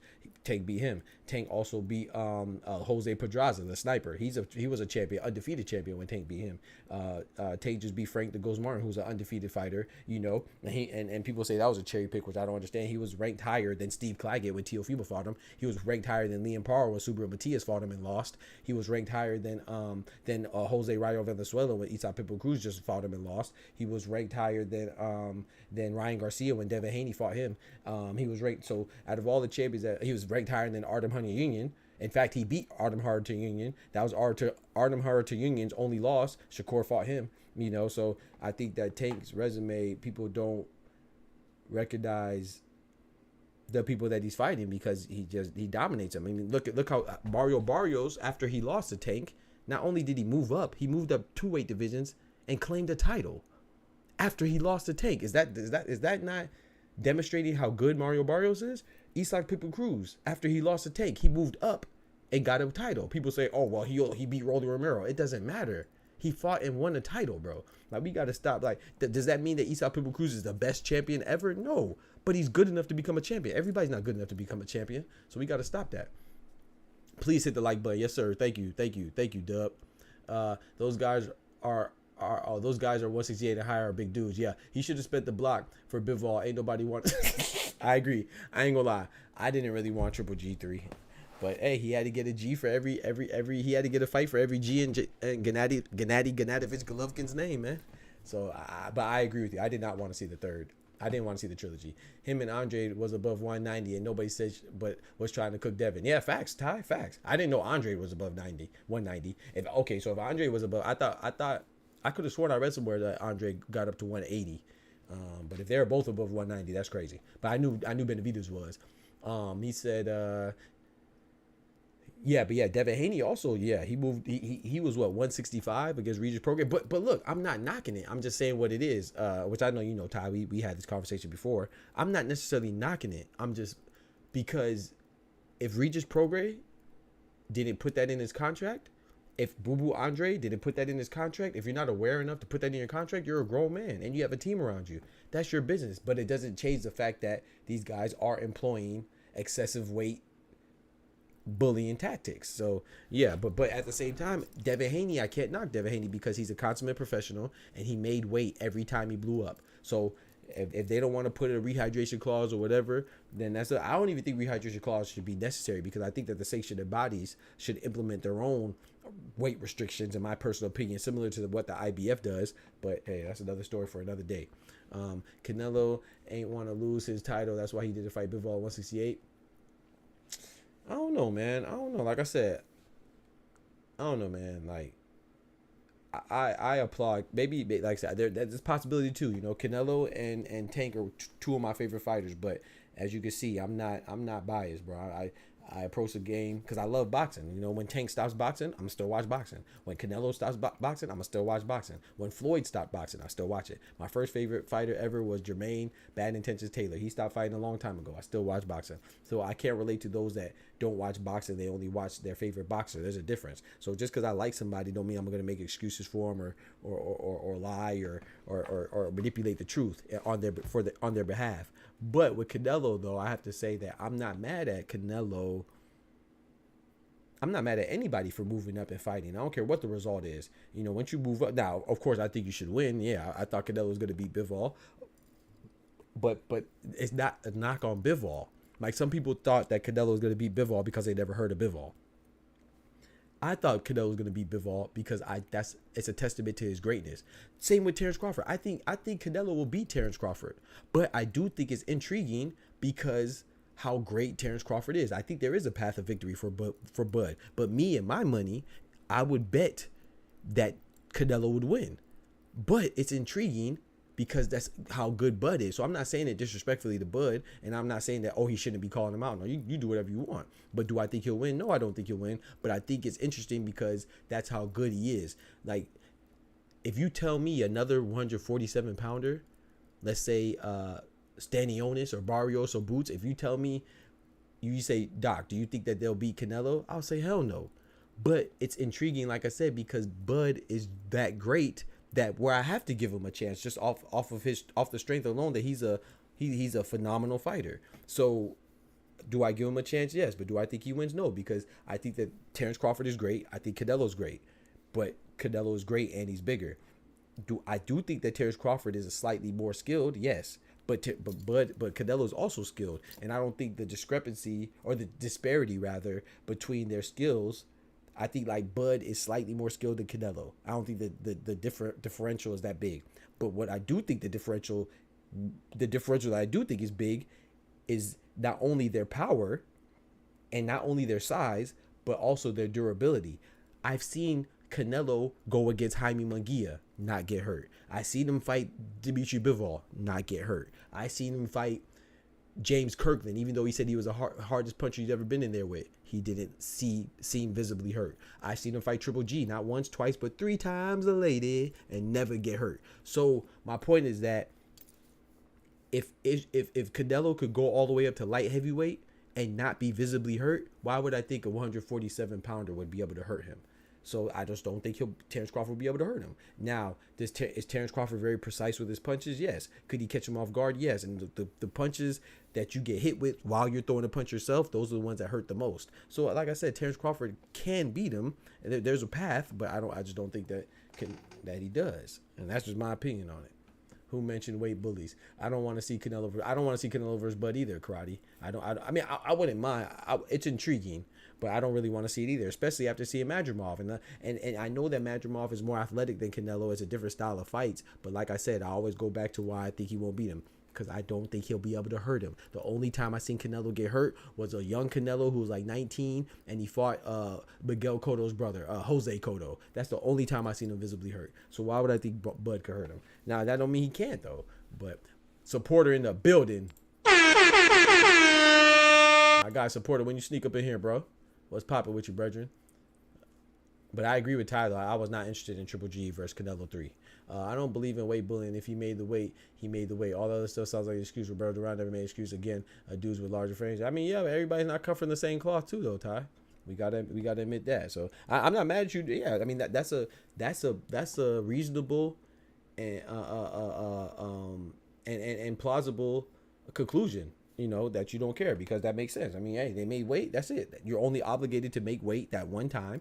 And when you do it, then everything else is a go. So I'm not saying that you're wrong for that. I'm just saying me personally, I don't hold it against them, because I do agree with you that what you got to negotiate that stuff. But I don't ignore it. I'm not oblivious to it, and I'm not going to neglect it either. I do factor that in, and I do think that sanctioning bodies should implement some type of thing to stop excessive weight gain for the night of the fight. I do. Even if it means same day weigh-ins, I do. That's how I feel about it. You know, I don't see how Bud's activity will fluster Canelo or offset him enough to win. Me either, Karate. I'm with you. The rest tried to cheat Mayweather and Bivol, so even if Crawford was the actual victor, he has that to worry about. Terence Crawford, nah, you wrong for that, bro. Terence Crawford is too small and doesn't have the power to make Canelo respect him. His boxing skills can save him against Canelo, but it might not be enough. Yeah. So like I said, if you really look at it objectively, to me, that there's no way that you could say that. In my opinion, now, this is my opinion, I feel like if you look at it with Terence Crawford's skills and what he's shown, you have to be able to believe that he has a chance. But having a chance, is that enough to justify fighting somebody not one weight class, but 2 weight classes above the weight division that you just debuted at? That's the thing. Canelo's not 1 division above 154. He's 2 divisions above 154. And this is a place where Terence Crawford is arguably not even acclimated to. He just got to 154 a few days ago. That was his first fight at 154. So he's not even a natural 154 pounder. So why would I think that somebody who's not even a natural 154 pounder is going to beat somebody who has been a champion at 175, but that's how great Crawford is, that I would even be okay with this fight happening. You know what I'm saying? It's like when people are saying Floyd should fight Triple G. It's like, this stuff is not unheard of, man. History repeats itself, right? People said that Floyd should fight Triple G. That's crazy. But this is like Floyd fighting Triple G. You know? But hey, like I said, I would, if Terence Crawford believes he could do it, I think he deserves a chance to be able to do it. But if I'm Canelo, I wouldn't fight that, because it's a lose-lose. It's a catch-22. There's no incentive besides the money for Canelo to fight Terence Crawford, and you gotta admit that. You know, if he beats Crawford, they're just gonna say, oh, he's supposed to beat him. He's a bigger guy. If he loses, then the people that call him a fraud are gonna call him even a bigger fraud. You know, so, and same with Terence Crawford. He's in a similar boat with Teofimo. If Teofimo beats him, because now Terence Crawford's at 154, right? Teofimo's at 140. So that's 2 weight classes above. Not 147, but 154. So if he fights Teofimo and Teofimo beats him, they're just gonna say, oh yeah, Terrence Crawford is trash. You know, Madrimov is trash. He only had 10 fights, and Errol Spence was damaged goods because of a car accident. They're gonna call him a bigger fraud than they already call him. And then if he wins, they're just gonna say, oh yeah, well, of course he's gonna beat Teofimo because Teofimo's too small. So like, it's funny to me that people can't understand why Canelo doesn't want to fight Terrence Crawford, but they can understand why Terrence Crawford doesn't want to fight Teofimo, or vice versa. They don't understand why Terrence Crawford won't fight Teofimo, but they understand why Canelo won't fight Bud. It's the same situation, man. The only difference is that Terrence Crawford and Canelo are way more accomplished than Teofimo, but Teofimo is still accomplished. He's just not as accomplished as the other two. Like Tank did to Barrios, that was corny, but this dude still signed to fight. Yeah, he signed to fight, Ty. He signed to fight, just like it when dudes move up in weight and try to hold the guy was already at the weight to a rehydration. That's the case. You shouldn't. I agree with it. Now I agree with that, Ty. I do agree with that. Bud ain't no Mayweather. Can't compare. Well, I will say this, Canelo. Bud is not Mayweather, and I hate when people make that comparison. But there is a difference. Number one, Bud, you're right. Bud and Floyd are both great, but they do not fight the same. So when people say, "Oh," I saw somebody say in the chat. I don't remember what chat I was in, but they were like, "Oh, well, you know, Floyd beat Canelo, so Bud can too." First of all, that's a silly statement because Bud and Floyd do not fight the same at all. Bud likes to fight. Bud will engage. Bud, you know, Floyd is a counter puncher. He sits in the pocket, he makes you miss, you know, and makes you look silly with head movement, Philly shell defense, immaculate defense, and everything else. That's number one. Number two, yes, they both would be fighting Canelo, but they're not. That's not the same Canelo. The cinnamon that Floyd fought is not as good as the cinnamon. So Terrence Crawford will be fighting a better version of Canelo, in my opinion. Even though Canelo is argued that he's slowing down, even still, he's still a more seasoned, more refined, improved version of Canelo than he was when he fought Floyd. So he's fighting a different Canelo. That's another thing too. So yes, they're not the same fighter, but it doesn't even matter who's better or not. It just matters that their approach will be different. And I think that Terrence Crawford's approach is more conducive with him getting knocked out by Canelo than Floyd's approach, because Floyd, he outclasses you. Like I said, as bad as Terrence Crawford beat up Errol Spence touched Terrence Crawford. Pause. Yeah, that sounded crazy. He touched him. It's crazy. He got to him. What? Yeah, that's crazy. Touch is crazy. What do you mean by that? But my point is that Terrence Crawford brutalized Errol Spence. Errol Spence still got to him. It's just when Errol Spence got to Bud, his punches didn't have the effect, didn't have the significant impact as we anticipated. So show me, I challenge anybody to show me a fight where Terrence Crawford didn't end up engaging. Terrence Crawford is a dog. That's his skill. Like he not only does his counterpunching is good, you know, and he times you well, but he likes to engage. It's not like he's just making you miss all day and pulling a Floyd. No, that's not what he's doing. He gets in the fight and he hits you before you hit him, you know, which is what will bode well for him against Canelo. But he also gets touched up too. It's just that his touches are better, you know. So yeah, I just don't foresee him beating Canelo like that, you know. In my personal opinion, agree. B-Dog in the building. Two different types of Floyd. There's two. Yeah, Pretty Boy and Money May. Canelo did not fight Pretty Boy. He fought Money May. You know, I don't think Pretty Boy style would beat Canelo. Now, I think Floyd is one of the most cerebral fighters we ever seen. So I think he'll figure it out always. But I think the way he'll figure out would be employing a strategy that was representative of his Money May moniker, not his Pretty Boy moniker. Yeah, Canelo might sleep Crawford. Yeah, facts, clone. He just learned, supporter. Since when Canelo could type ink? Hey, yo, chill out, bro. A lot of people mention Floyd beating him, but yeah, thank you, B-Dog. No way. Hey, I'll be right back. Let me go check on my dogs real quick. Speaking of dogs, I'll be right back. I'm gonna run this ad real quick, y'all. I'll be right back. Yo, it's your boy Doc again. I know you sitting there like, did this Doc just run his own commercial? Yes. Yes, I did. In the middle of the street, we run our own ads. That's what we do right here. So when you see other boxing channels implement the same idea, I don't mind people biting us. But dang, at least give us some credit. So those of you that are rocking with me, you're already a part of the best boxing channel on YouTube. That's a fact, ain't it? Ain't it? All right, then. You already caught up. Those that don't know, the rest of the world, they just got to catch up, baby. You know, and they eventually will, you know, because we bring y'all unfiltered, unbiased, raw, and educated and funny boxing takes, man. With accurate information. Can they all say the same? Of course they can. So let's get right to it, man. Why do you want to become a member of this channel? Because we already told you we're the best, but it does come along with perks, you know what I'm saying? First off, you can join at the STREETZ gang prospect level. You know, it's only $2.99. I know times is rough right now, but you can still contribute. You know what I'm saying? And what do you get? You get member shout outs like this. Shout out to my boy Kendrick for being the first Street Gang prospect member. You know what I'm saying? And then we go to the next one. STREETZ Gang contender. That's the second tier of membership level, you know, and it comes in at $4.99, and you get all the perks of the previous tier like this. Shout out to my boy Merle the Legend, who is our first member at the STREETZ Gang contender level. Big salute to him. In addition to that, you get members only polls. You get to be involved in that, and you get to connect with me, your boy, on social media, and I follow you back. You know what I'm saying? It's all love for my brother and sister out there. But wait, there's more. And then if you really want to hold it down for your boy, you can come in with a belt at the STREETZ Gang champion level, man. That's $8.99. That's a lot of love. So you get all the perks of the two previous tiers. We don't have anybody at that tier yet, but then not only that, you get to plug in your own social media to have people follow you, and you get to pick the topic of discussion, because you know our discussions are always fire. You know what I'm saying? Fire. So I appreciate y'all showing love, but in addition to showing support outside of being a member, you also get shout outs like this. Smoochie in the building. You know what I'm saying? Smoochie be showing love with the super chat. And you get a shout out like this. Spaniard holding it down in the building. You know, because Spaniard be holding it down. And Tyrone James holding it down in the building. Yeah, you might say they corny, but I gotta show my boys and my girls, my brothers and sisters, the kings and queens out there to love. So that is an ad. That's it. Y'all holding it down for me. And you get to feed my boys up here. You know, Kimba, Bed, and Flo all in the clouds. We be hungry, you know what I'm saying? Y'all be holding it down for me. So I really appreciate the support. Let's get back to regularly scheduled programming. Peace. I said programming. Programming. Yeah.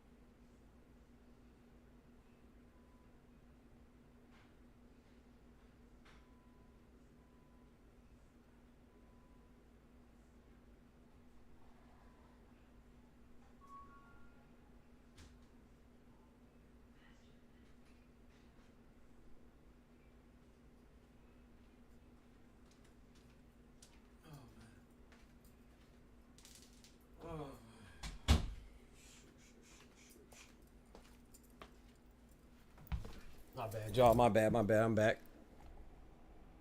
Yo, average in the building. What's good, brethren? UFC news. What happened with Alex Pereira? What was he accused of? Oh, Lord. Innocent of what? Oh, Lord. Thank you, Karate. Bud is not a defensive wizard. That doesn't mean he's good at, you know what I'm saying? Remember we were talking about deficiencies earlier. It's not that he's not terrible at defense, but he's not a defensive wizard. And for you to beat a bigger guy like Floyd did against Canelo, even though Canelo was inexperienced at the time, or lacking experience, I should just say inexperienced. He was lacking experience, because at the time when Floyd beat him, I think he already beat Sugar Shane Mosley, right? If I'm not mistaken. And he beat somebody else too. I think he beat Austin No Doubt Trout and Sugar Shane Mosley by the time he got to Floyd. So he wasn't inexperienced. He was just lacking experience to compete with a future Hall of Famer and GOAT, future Hall of Famer at the time, and GOAT in Floyd. But yeah, so Bud his defense is good enough, but it's not the best. The chick has OnlyFans. Oh Lord, wait, what happened? The chick got OnlyFans. Hey yo, what are we talking about, bro? Do I need to? What do you mean by that? Yeah. I'm gonna leave that alone. How do you feel about if Inoue goes to 130 or catch weight at 132 for Tank? Inoue gets destroyed. He better leave Tank alone. If Inouye's in the way of Tank, he gonna get knocked out the way. You know what I'm talking about? Well, I need to drop an album, boy. If Inouye's in the way of Tank, he gonna get put out the way. He gonna get put to sleep. He better leave Tank alone. I don't. But Tank said he can make 130, and I believe him. He said it. His coach Kenny Ellis said it. His coach Calvin Ford said it, that he can make 130, man. And you know what's crazy about that? People want. Well, it's just funny to me, right? Because silly people would say that Floyd should have fought Triple G, you know, and silly people would say that what's his name, bro? That they want Tank to fight what was the dude at 147 they want to take? Was it Conor Ben? I know Tank was saying it too, you know, so it was kind of shame on him. He was playing around with it, but people are saying that, right? Then you should also want Inoue to fight Tank, because those are all 2-weight classes above. So if he could get to 130, I'm saying they should want Inoue to go to 130. But I don't think Inoue should fight Tank. I personally don't believe Inoue should even go to 126, in my personal opinion. I think he can, but I don't think he needs to. I think, bro, you could be like, there's so many ways to be great, right? Like Bernard Hopkins is great, and he had the most title defenses at 160 at middleweight, right? He had 20 title defenses, and then Triple G was great, and he had 22. He broke his record at 22, if I'm not mistaken, title defenses. So, like, Floyd Mayweather has never been undisputed. Pacquiao has never been undisputed. Are they not great? So you don't have to be like, you know, and Inoue and Terrence Crawford and Usyk, they were undisputed in 2-weight divisions. They're great, you know. So there's more than one way to be great. Everybody's greatness is not the same. So I don't think Inoue I think he could continue just dominating 122, you know what I'm saying? Fight Junto Nakatani, who's at 118 right now. If Junto Nakatani tries to unify, I guess Naoya Inoue's younger brother, Takuma Inoue, maybe Junto Nakatani could beat him and set up like an anime revenge arc, and Inoue wants to go back and avenge his brother's loss, and I think Junto Nakatani beats both Inoue's. I like Junto Nakatani though.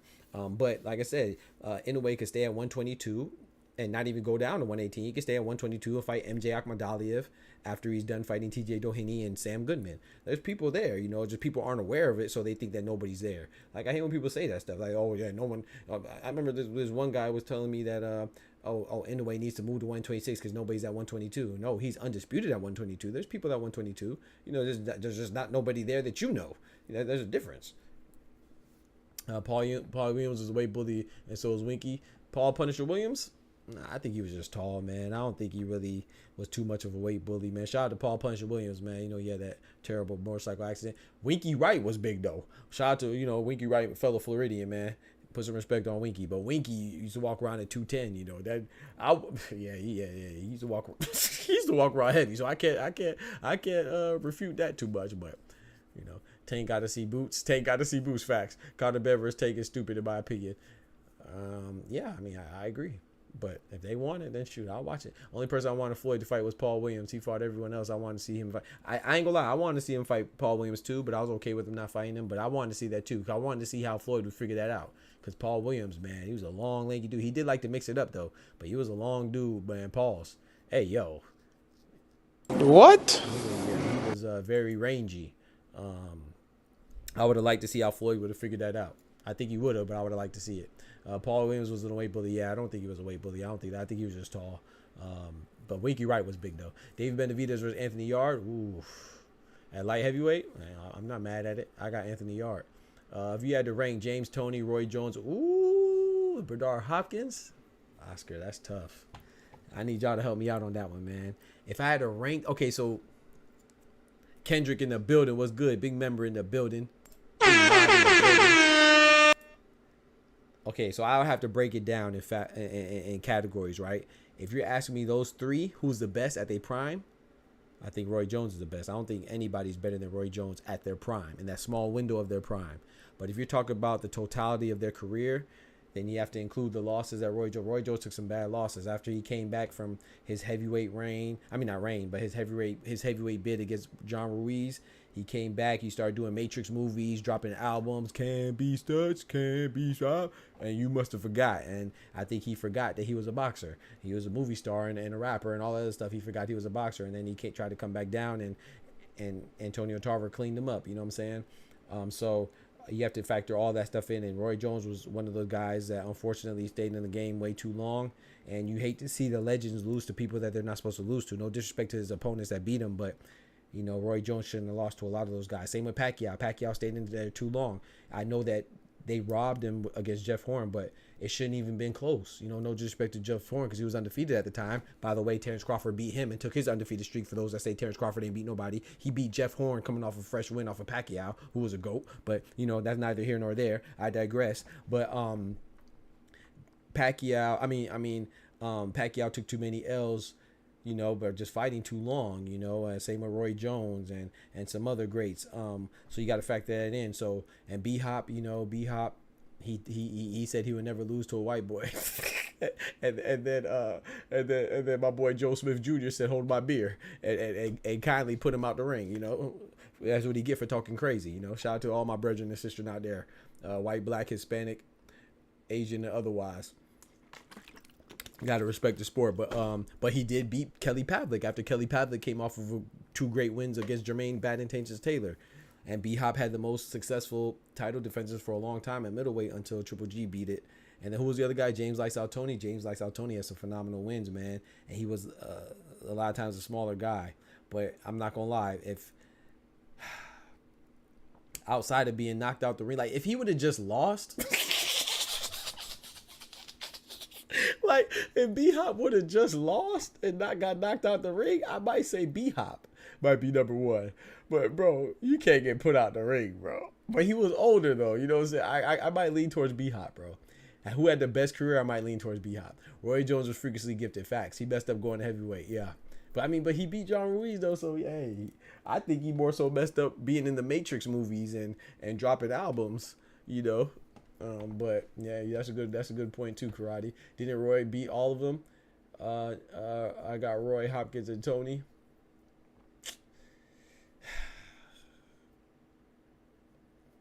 I don't know, man. That's tough, man. But you gotta understand, Bernard Hopkins beat Roy too when they got older, right? So, man, that's tough, man. I don't know.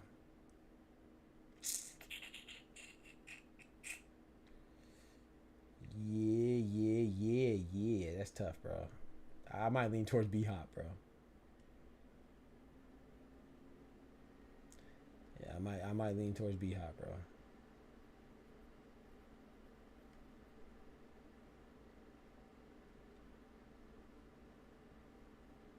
But you're right, though. He did beat all of them, Clone. Like, he beat, you know, B-Hop got his get back when they were older. But, yeah, he did. He beat James Toney, too. But James Toney has a lot of good wins as well, man.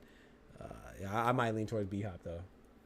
Because, once again, you got to take everything. You got to take their whole career, right? And, you know, James Toney also got some bad losses as well. He was older, but he still got some bad losses, you know. So, I don't know, man. Got this song on Fight Night. Yes, sir. And B-Hop took some one. Yo, bro, B-Hop, bro. B-Hop funny, bro. Bob's last bit of life flashed before his eyes when anyway got dropped. Yeah, Bob Arum, right? So he's blocking him from any tough fights. Facts. He ain't trying to lose money. Facts. He was so confident, bro. I knew Tarver was going to beat Jones when he asked him what his excuse was going to be. Yeah, what's your excuse going to be this time, Roy? Yeah, I said, man. Shout out to Antonio Tarver, though, man. Fellow Florida boy, man. He's from Florida, so I got to shout him out. But Roy Jones from Florida, too. Ricky Wright from Florida, too. Florida produced some hitters now. Yo, when Joe Smith got knocked out the ring on his head, I thought he was dead.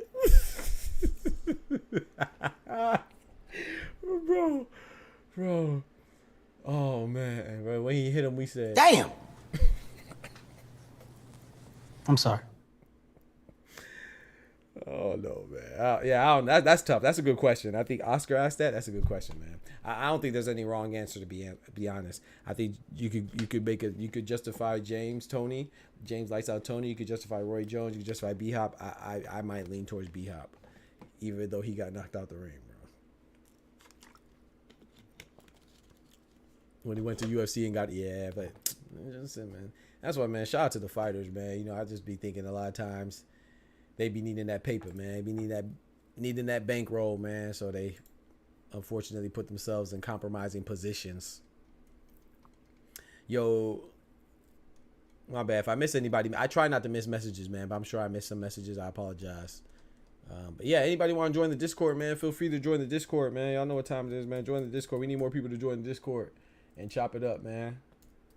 Like I said, the Discord is, I ain't gonna say always open, but I be forgetting to drop the link. So if anybody wants to join, man, it's an open invitation. And don't worry, I'll tell you. I'll be like, nah, I'm just chilling by myself today. But yeah, if you ever want to come through, man, just jump in the Discord and let me know if you're there. I'll pull you up. That's why I have these screens for, man, to put people on the screen. So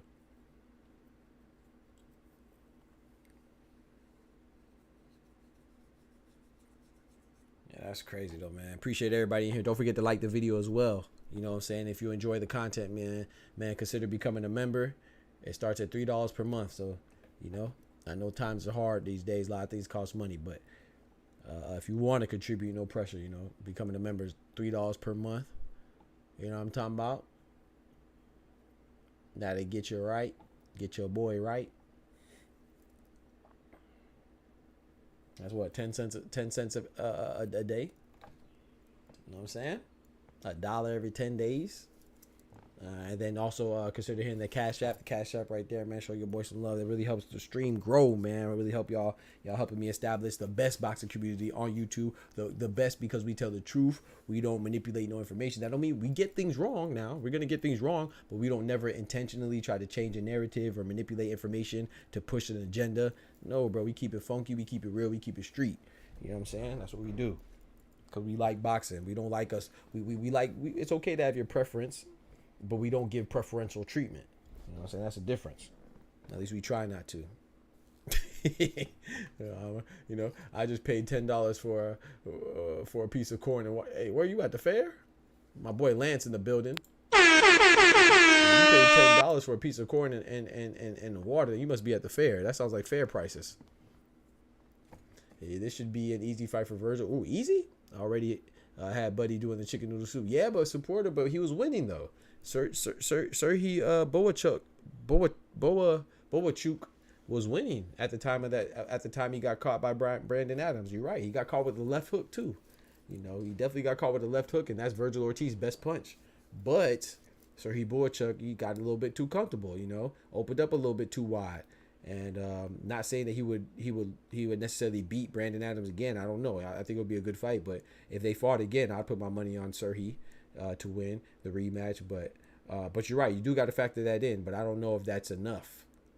But he definitely got rocked and wobbled before. But in the same breath, we have to also say that Serhii Bohachuk is definitively and undeniably the best opponent that Vergil Ortiz has been in there with. You know, so this is a major step up. You know, I mean, who was Vergil Ortiz's best opponent? Probably Mean Machine, Kavalauskas at this point, maybe. Corner Store? Yeah, you wildin'. Yeah, you must be in I don't know where you at. You must be in Silicon Valley. A corner store, the corner store on the corner of the freaking Walk of the Stars. Ain't no way.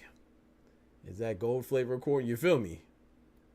Gotta be gold flavor. You know what I'm talking about? That's nice. Ain't no way you pay $10 for water and a corn. Lance at a gentrified. Yeah, the gentrified bodega is crazy. Bodega boys. Where my boy Ty at, man? I ain't heard from my boy Ty in a minute, man. Where my boy Ty at, man? This man Ty out here, bro. Get on their head tops, man. Get on their head tops talking that crazy stuff about Canelo, man. Don't just be yelling at me, bro.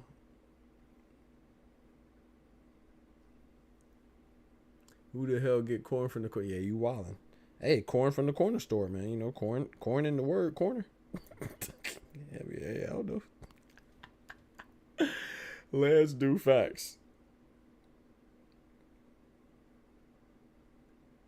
That's crazy, bro. But yeah, man, I'm hoping we get Bakole, man. I'm hoping we get Bakole versus Zhang, man. That'd be a crazy fight. I don't know who I have. I might lean towards Bakole. Like I said, man, I like them both. But while I do give the slight edge in power, they're both strong and big. I give the slight edge in one punch power strength type stuff to Zhang.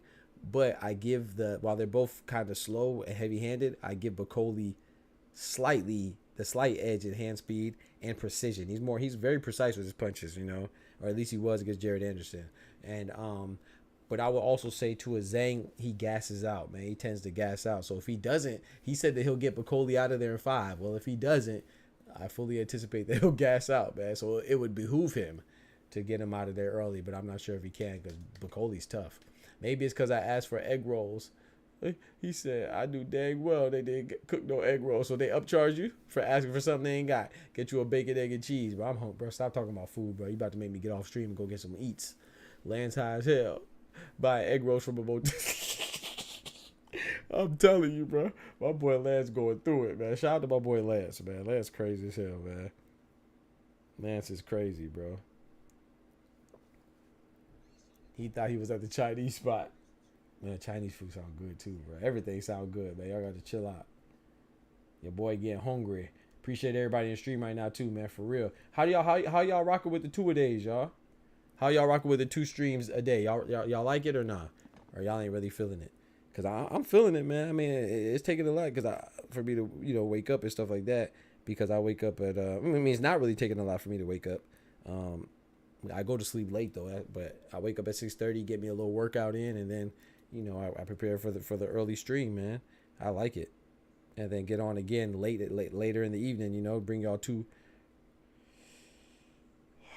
streams, man. In the morning stream and the evening stream, man. I can't wait till we get big, and I'm rocking with it. At Donna's, you can get more than just a meat. Ty, you gotta vote. We don't get these ads no more.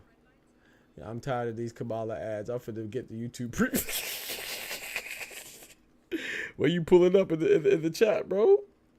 You gotta pull up in the Discord, bro. You said I'd be late, but I still catch the. But I appreciate you, Ty. I already know, man. Y'all be holding me down, man. Some of y'all hold me down a lot, and I appreciate all y'all, man, for real. I really do. But yeah, man. Another thing that I want to work on is getting some. I've been trying to. Well, I'm lying. I have not been trying, but what do y'all think about me trying to get some boxers on, man? I tried a little bit and I was unsuccessful. Nobody really hit me back. But I would tell you about a week or two ago, this manager, Ty kind of knows, 'cause I hollered at Ty about it, but I didn't want to disclose it prematurely. But I'll say it now because I haven't heard back. They actually reached out to me, but the manager of 2 fighters hit me up for an interview, and then I said, yeah, well, I'm down to do it, and I didn't hear back from him again, so I don't know. But me, I'm kind of, it's crazy because what is my gift is also my curse, because I'm very prideful, man, and I don't ever want nobody to feel like I'm chasing them or using them to try to whatever, you know what I'm saying? Because I get everything off the muscle, so I just do my thing, man. If somebody if I feel like somebody turns me down or rejects me, I'm gonna just do my thing, bro. I'm not out here. I will not hit you up again. No, hell no. Like I'm not gonna hit them up and be like, oh, what happened? You still want the interview? No, sir. Y'all hit me up. I responded in kind. Shoot, they ain't hit me back. I was like, okay. And even like people, I hit up quite a few people too, and some people didn't respond. I won't hit them up again. In fact, if they hit me up once we grow, I'm gonna be like, remember I hit you up? No, I'm just joking. That'd be petty. ABA doing nothing. Go ask him. That's crazy. Yo, wrap up in the building. What's good? Also, I still get paid the rest to almost went. That's crazy. I'd be late, but I'll catch that. You can interview Rolly. See how Rolly. I don't even know, bro. I like Rolly Romero. Some people I wouldn't want to interview. I wouldn't want to interview Rolly because I feel like I might not like him anymore. Because I feel like he might annoy me. That's crazy, right? I feel like Rolly Romero might annoy me, bro. I like Rolly Romero, so in order to keep on liking him, I wouldn't want to interview him. Because I feel like he'll say like something, like he'll just be too slow, bro. And I'll be like... But then again, I'll make a joke out of it too. So, I don't want no enemies though. Because if it's something that's supposed to be fruitful and be good, you don't want something to be a bad situation. Because you got to have patience messing with Rolly. Rolly ain't got no damn sense. Hopkins might be doing his cat burger thing. That's crazy. But he should be free. AB Ryder be a 5th of Hennessy and some wing stops. That's crazy, bro. He said, all right, don't drink. He on medication. Rolly don't drink. He on medication. That's crazy, bro. Oh, he really is. You put that man business out on the street, man. Out here telling the story. My boy out here snitching. All right, I'm putting cases on all you bitches. Rolly way different when you have a convo with him. Okay, bet. He a vibe. Okay, he just be vibing. All right, he vibe. That's cool. Okay, bet. Yeah, I was like, man, I don't want to, say nothing rude or nothing like that. Because I get annoyed a little easily, man. I get annoyed a little easily, though. That's not a good thing, That's just, my pride is a gift of the curse. My pride keeps me going, and lets me depend on my faith and my work and my dedication, and know that I can do it, and I don't need nothing else. But then my pride gets in my way when it comes to like networking. I suck at networking, bro. I suck at it, bro. Because I just don't want anybody to feel like I'm trying to use them, or, you know what I'm saying? I'm trying to get over on them, or somebody feel like I need them type stuff, No, sir. We get the hustle off the muscle around here. But he said he medicates you bipolar. He just slow. That's crazy. Hey, get off my boy Rollies, man. Rollies.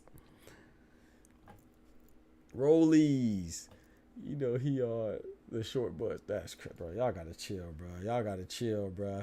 Don't do him like that, man. But yeah, man. So my definitive. Let's talk about these cards, man. My definitive answer for Rolly. I mean, you got me talking about Rolly now. For Serhii Bohachuk versus Vergil Ortiz, I got Vergil Ortiz in 10. But I gotta look at the odds, man, because I might be tempted to put some money on Bohachuk. He told my aunties he ain't eat Captain Crunch when he was a kid because his parents was broke. Now he eats all the cereal. Shout out to Rolly, man. I feel that. Shout out to Rolly, man. Shout out to Rolly, bro. I respect that, man. Shout out to Rolly, man. That's what you're supposed to do, man. You go older, you do better, you get better, and you grow and you be better, man. So shout out to Rollies, man. That's a struggle right there. My boy couldn't even get the Captain Crunch, man. He got the ones that came in the bag. He didn't get the Fruit Loops. He got the Fruity-O's. I feel him though. I know what time it is, bro. Shout out to Rolly, man. I'm not mad at that at all, man. Struggle story turned to a glory story. You know what I'm saying? People, without the failure, the success wouldn't be nothing. And a lot of times, the failure is what bursts the successes. The struggles is what bursts the glory. So shout out to Rolly, man. I'm laughing, but yeah, I'm definitely I'm laughing at an admiration and salutations. You know what I'm saying? I salute my boy for that. That's tough. He was eating general.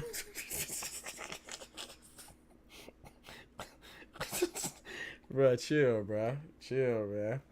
He had the pirate crunch, bro. Chill. He had the Captain Crunch. He had the pirate crunch. Bro, what's wrong with y'all, man? Y'all ain't got no sense, man. Oh, but yeah, shout out to my boy Clone. He was talking about the basketball game against Serbia, bro. That game was good. If you watch basketball, you didn't watch that game, bro, shame on you.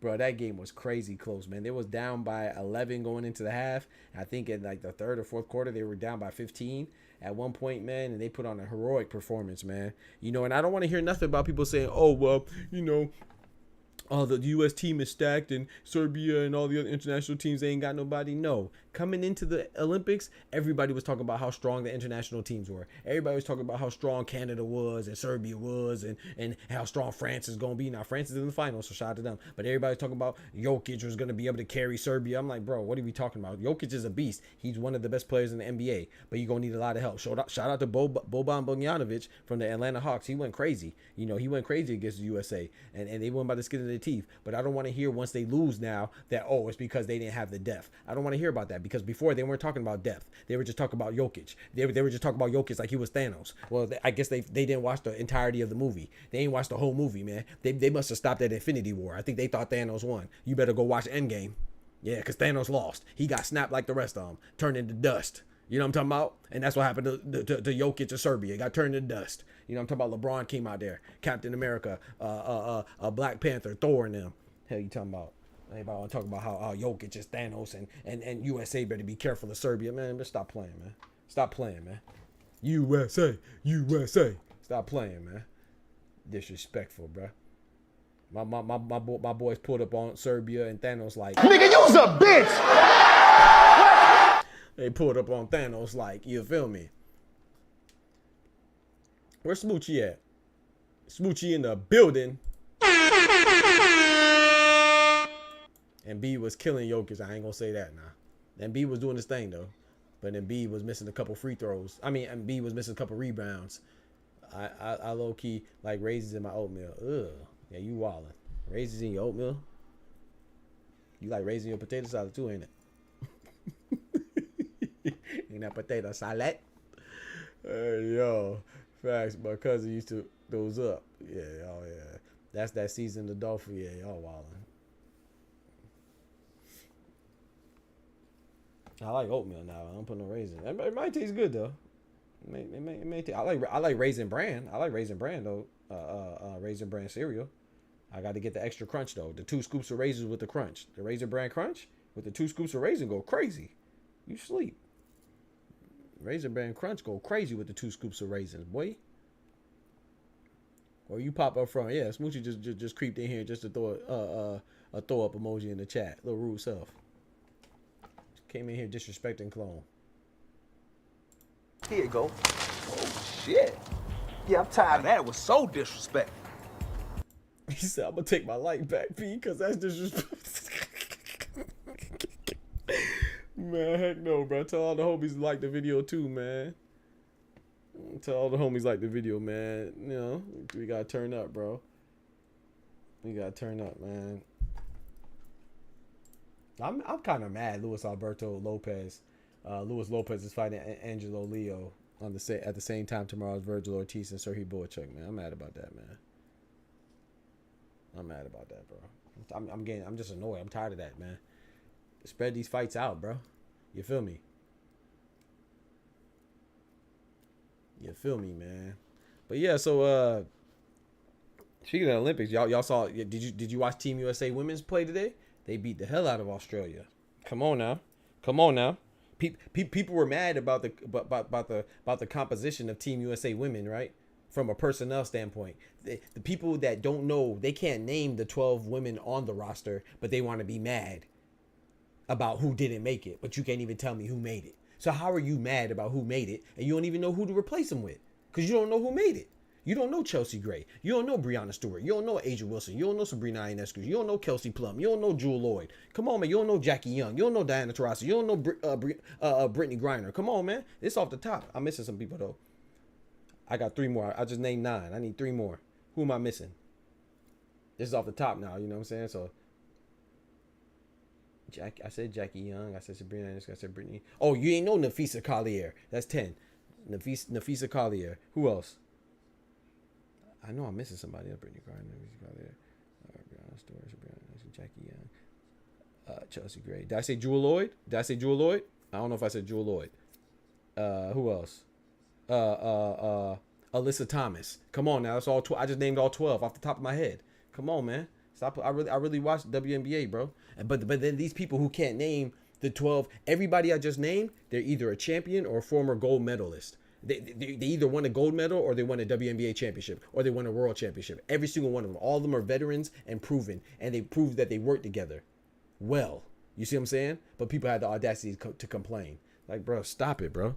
You know what I'm saying? These are proven veterans. You know, did Angel Reese, could she have contributed? Yeah. Could Caitlin Clark have contributed? Yeah. Could Arike Ogunbowale contributed? Yeah. Could Dewana Bonner contribute? Yeah. But these women are proven and they've been picked. Arike Ogunbowale didn't want to be chosen, so that's number 1. So she kind of is an outlier there because she didn't want to play for some other reasons. You know what I'm saying? So shout out to her for standing 10 toes down, standing her ground. But my point is that why are you mad about who didn't make it and you don't even know who made it? If you can't name the 12 women on the team or name any of their accolades, you should not be complaining. That's number 1. Number 2, they demolished Australia today. That's number 2. They're undefeated. That's number 3, which is most important. They have not lost yet. And number 4, oh, did they not just lose? No, they ain't lose. If you're under 21 years old, you have never seen the Team USA women's lose in international play. That's not crazy, bro. If you are, let me repeat that for those of you that didn't hear me. If you are under 21 years old, if you're 21 years old or younger, you have not been alive since the last time Team USA women's basketball team have lost in international play. Come on, bro. 21 years? Come on, bro. I think it's really 22 years or going on 22 years, 60 some games. Come on, bro. They're Nah, bro. Hey, Dub's lucky he's a mod, bro. I would have kicked Dub out, bro. He just dropped Mr. I'm over here on my going through my rant and my tirade. My tirade and my rant. I'm trying to be mad by myself, like Bob Arrow, and this man gonna drop Mr. Grind Her. Get out, Dub. Get out, bro. Get out, bro. Yeah, that nigga. They say he's gonna be a baby daddy soon. This man said Brittany Griner gonna be a baby daddy. Nah, y'all disrespect. I don't even want to talk about it. Nah, y'all disrespectful, bro. Y'all disrespectful, bro.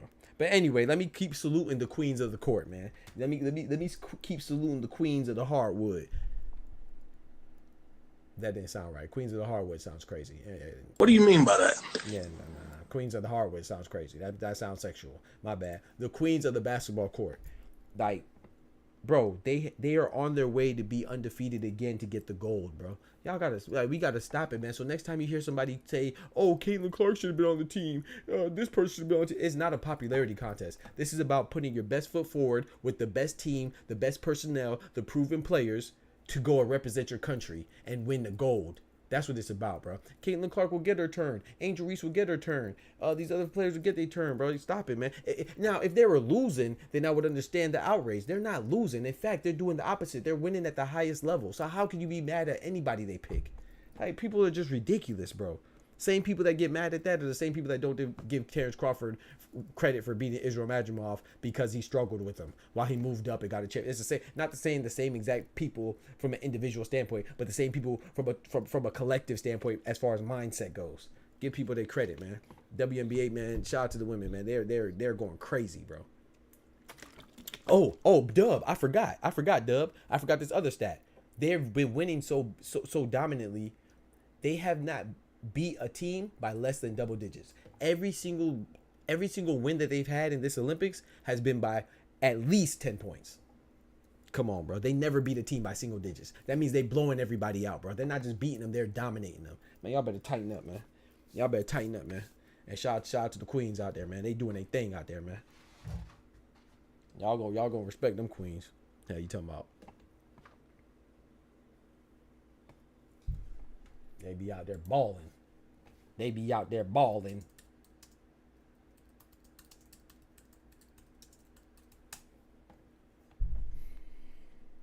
They be out there balling. Folks be out there hating. That's crazy, bro. Hating on the women, bro. Should be applauding our women, man. He said the rest of the world cooked. Talk to him. Oh, Kalia Copper. I think I forgot to say Kalia Copper. She just came to my head just now. I think I forgot to mention Kalia Copper when I named all 12 people. I think I said somebody twice. I think I said Jewel Lloyd twice or something. I wasn't even joking. Yeah, I seen her wife had to handle business when bro did that bit. Hey, yo. Wait, what? What y'all talking about right now, bro? Brittany size 7. You know, I'm done, man. Y'all got it, man. I'm done, man. Y'all got it, man. I'm not going, man. I'm done, man. I can't even celebrate our women, man. We should be prideful about it. That's crazy, bro. The women playing women who are secretaries and teachers in their country, so they should dash crate.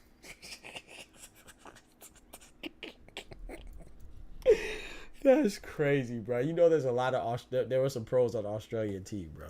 Like, what's the name? I don't think Rebecca Allen played, but Rebecca Allen's Australian. I believe Cunningham on the Mercury. Sophie Cunningham's also Australian. Bro, stop it, bro. Brittany size, but did Vergil make weight? Bro. Hey Ty, I told you I'm standing on this. If Vergil Ortiz doesn't make weight for this fight, I'm no longer a fan of his, bro. Because that's ridiculous, bro. If he don't make weight, or if this fight's at a catch weight, I'm not going. I'm not going, bro. I'm not gonna lie to you. I didn't see the weigh-in though. I missed the weigh-in today. If he didn't make weight, bro.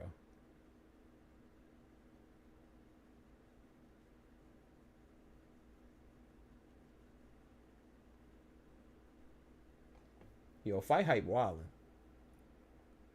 That's what we doing with fight hype right now? That's what we doing. Look at this, chat. What's Fight Hype got going on, man? That's what we doing? Oh, Fight Hype going for clickbait. This is what Fight Hype does? Vergil Ortiz Jr. versus Serhii Bohachuk. Super cheeky weigh-in? What this is? Misfits boxing? What this is? OnlyFans? That's the photo they put up there? Oh yeah, they wildin'. Oh, they going for the clickbait. They baity. Doc, but that's a golden boy way. Yeah. They hitting him with the clickbait, boy. Like Trick Lee said, I was just doing the Lord's work. That's crazy. 153.8, both guys. Let's go. Thank you, Vergil Ortiz. That's a habitual habitual weight misser. Like, come on, bruh. He said, I'm not mad at him. Sounds like I'm over here. I'm over curating the vids. I'm telling you. I almost clicked through your... Hey, yo, this man said he almost clicked through my screen, bro. Oh, thirsty.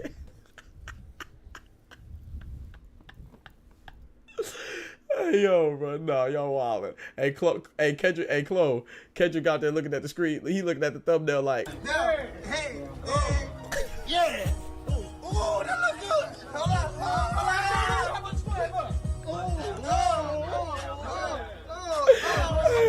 Kendrick over there looking at the screen, looking at the thumbnail like... Yeah. Ooh, that look good.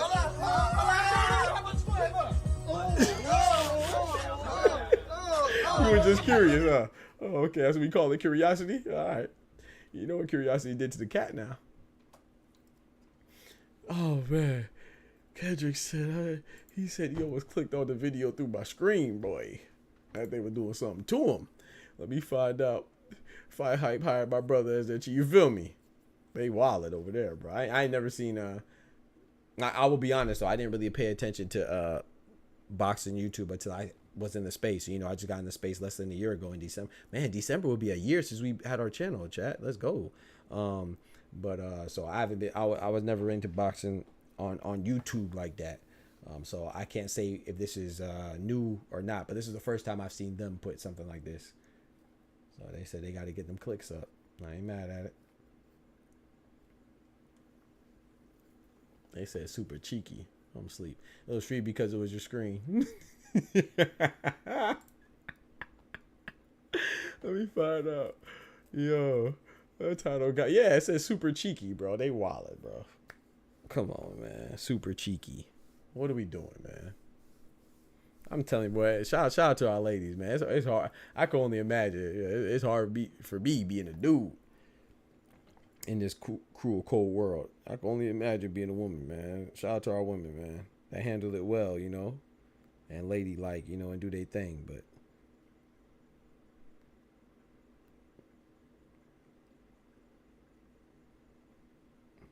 ooh, that look good. No one proofread it. Oh my gosh, man.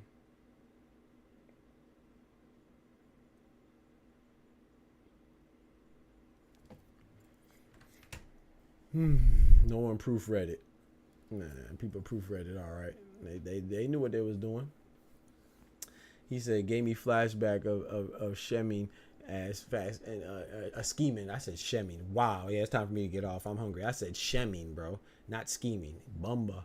Gave me flashback of scheming as fast Eddie and that little Snow Bunny joint at all the weigh-ins in that Victoria. Don't tell nobody. Oh yeah, you talking about Ebony Bridges, right, Ty? I think that's you talking about Ebony Bridges. I remember she was like the first one that set it off with the. I'm not saying she's the first one, but she was the first one that I remember that did it repeatedly. You know, in succession. I think you're talking about Ebony Bridges. She's an Australian fighter. I believe she has an OnlyFans too, if I'm not mistaken. I think that's what she said. I could be lying, but I'm pretty sure she said she has OnlyFans. Hey man, shoot, get your money,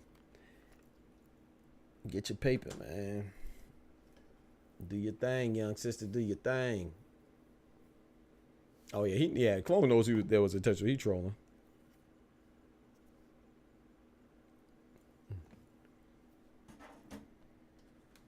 Yes, sir.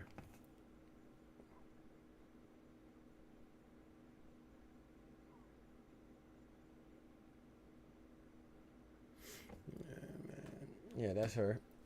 That's her. Okay, yeah.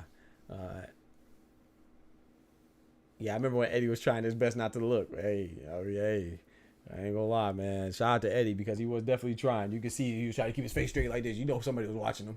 Like, you better not look. You better not turn that neck, mom. I ain't gonna lie though, man. My girl gonna have to be mad at me. I ain't got one, but if I do have one, she's gonna have to be mad at me because that's too much. That's too much pressure. I would try my best not to violate, but that's a whole lot of pressure in your face. Didn't she lose her last fight? I think she was blocked with her face. Like, yeah, she lost to a I want to say the lady that she lost to was from Taiwan, a Taiwanese lady, but don't quote me. She was definitely Asian though. Dang, who she lose to? Let me look it up. I can't remember. It was a good fight though. It was a good fight, but she was definitely blocked with her face like Munguia. That's a fact. Yep, Mio Yoshida. She's Japanese. Sorry, I said Taiwanese. She's Japanese. Yeah, she lost to Mio Yoshida. It was dope. She got a dope story too because I believe she like opened up an orphanage or something like that. Or yeah, shout out to Mio Yoshida. Or she just adopted a daughter from an orphanage or something like that.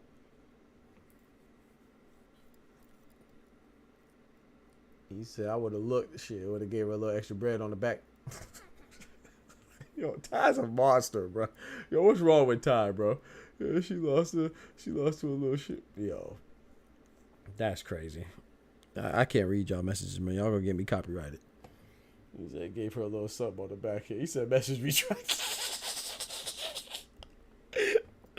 This man time, bro. Redacted, like Ryan Garcia. Oh, I'm asleep. Retracted, redacted. Oh my gosh, bro. Y'all gotta stop it, man.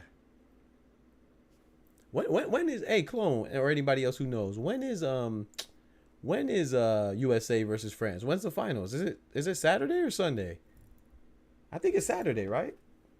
Wow, so we got a lot. That's good. So tomorrow we have the fights in the night, and then we have Team USA versus France in the afternoon. That'd be good. I think so. Yeah, it's tomorrow at 3:30. Let's get right. That's gonna be a pretty good game, man. Because France got some people now. They got that Frank Nitakina guy. They got who was mad at LeBron. Remember, he was mad at LeBron for I think LeBron vouched for somebody over him. Was it Dennis Smith Jr. or somebody like that? They got Nicholas Batum.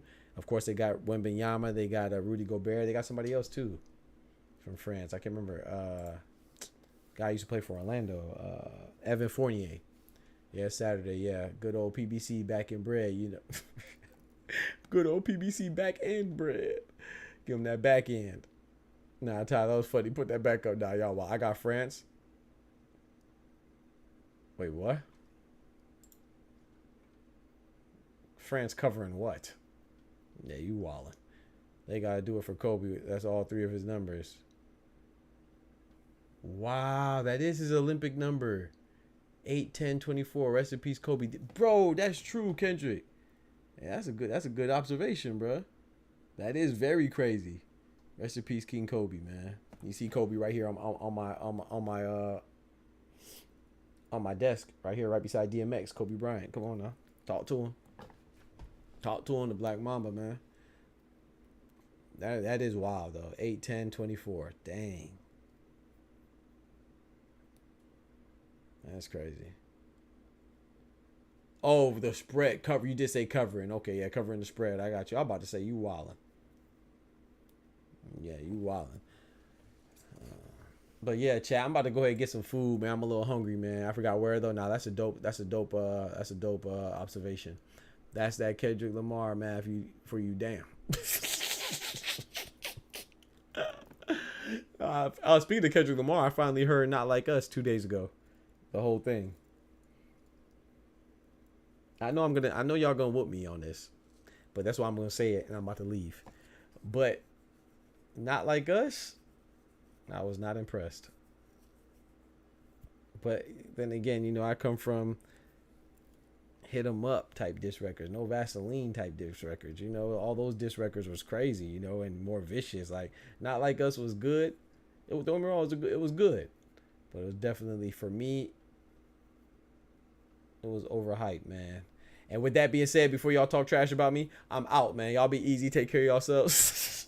And remember, with God, you can do anything. Without God, we are nothing, man. The doctor's out. Peace. From the hood to college, both worlds they had to meet. 6 degrees between us, so cold we're about to freeze. But we're Florida boys, hot takes, we bring the heat. We're moving the culture, the engineers to the streets.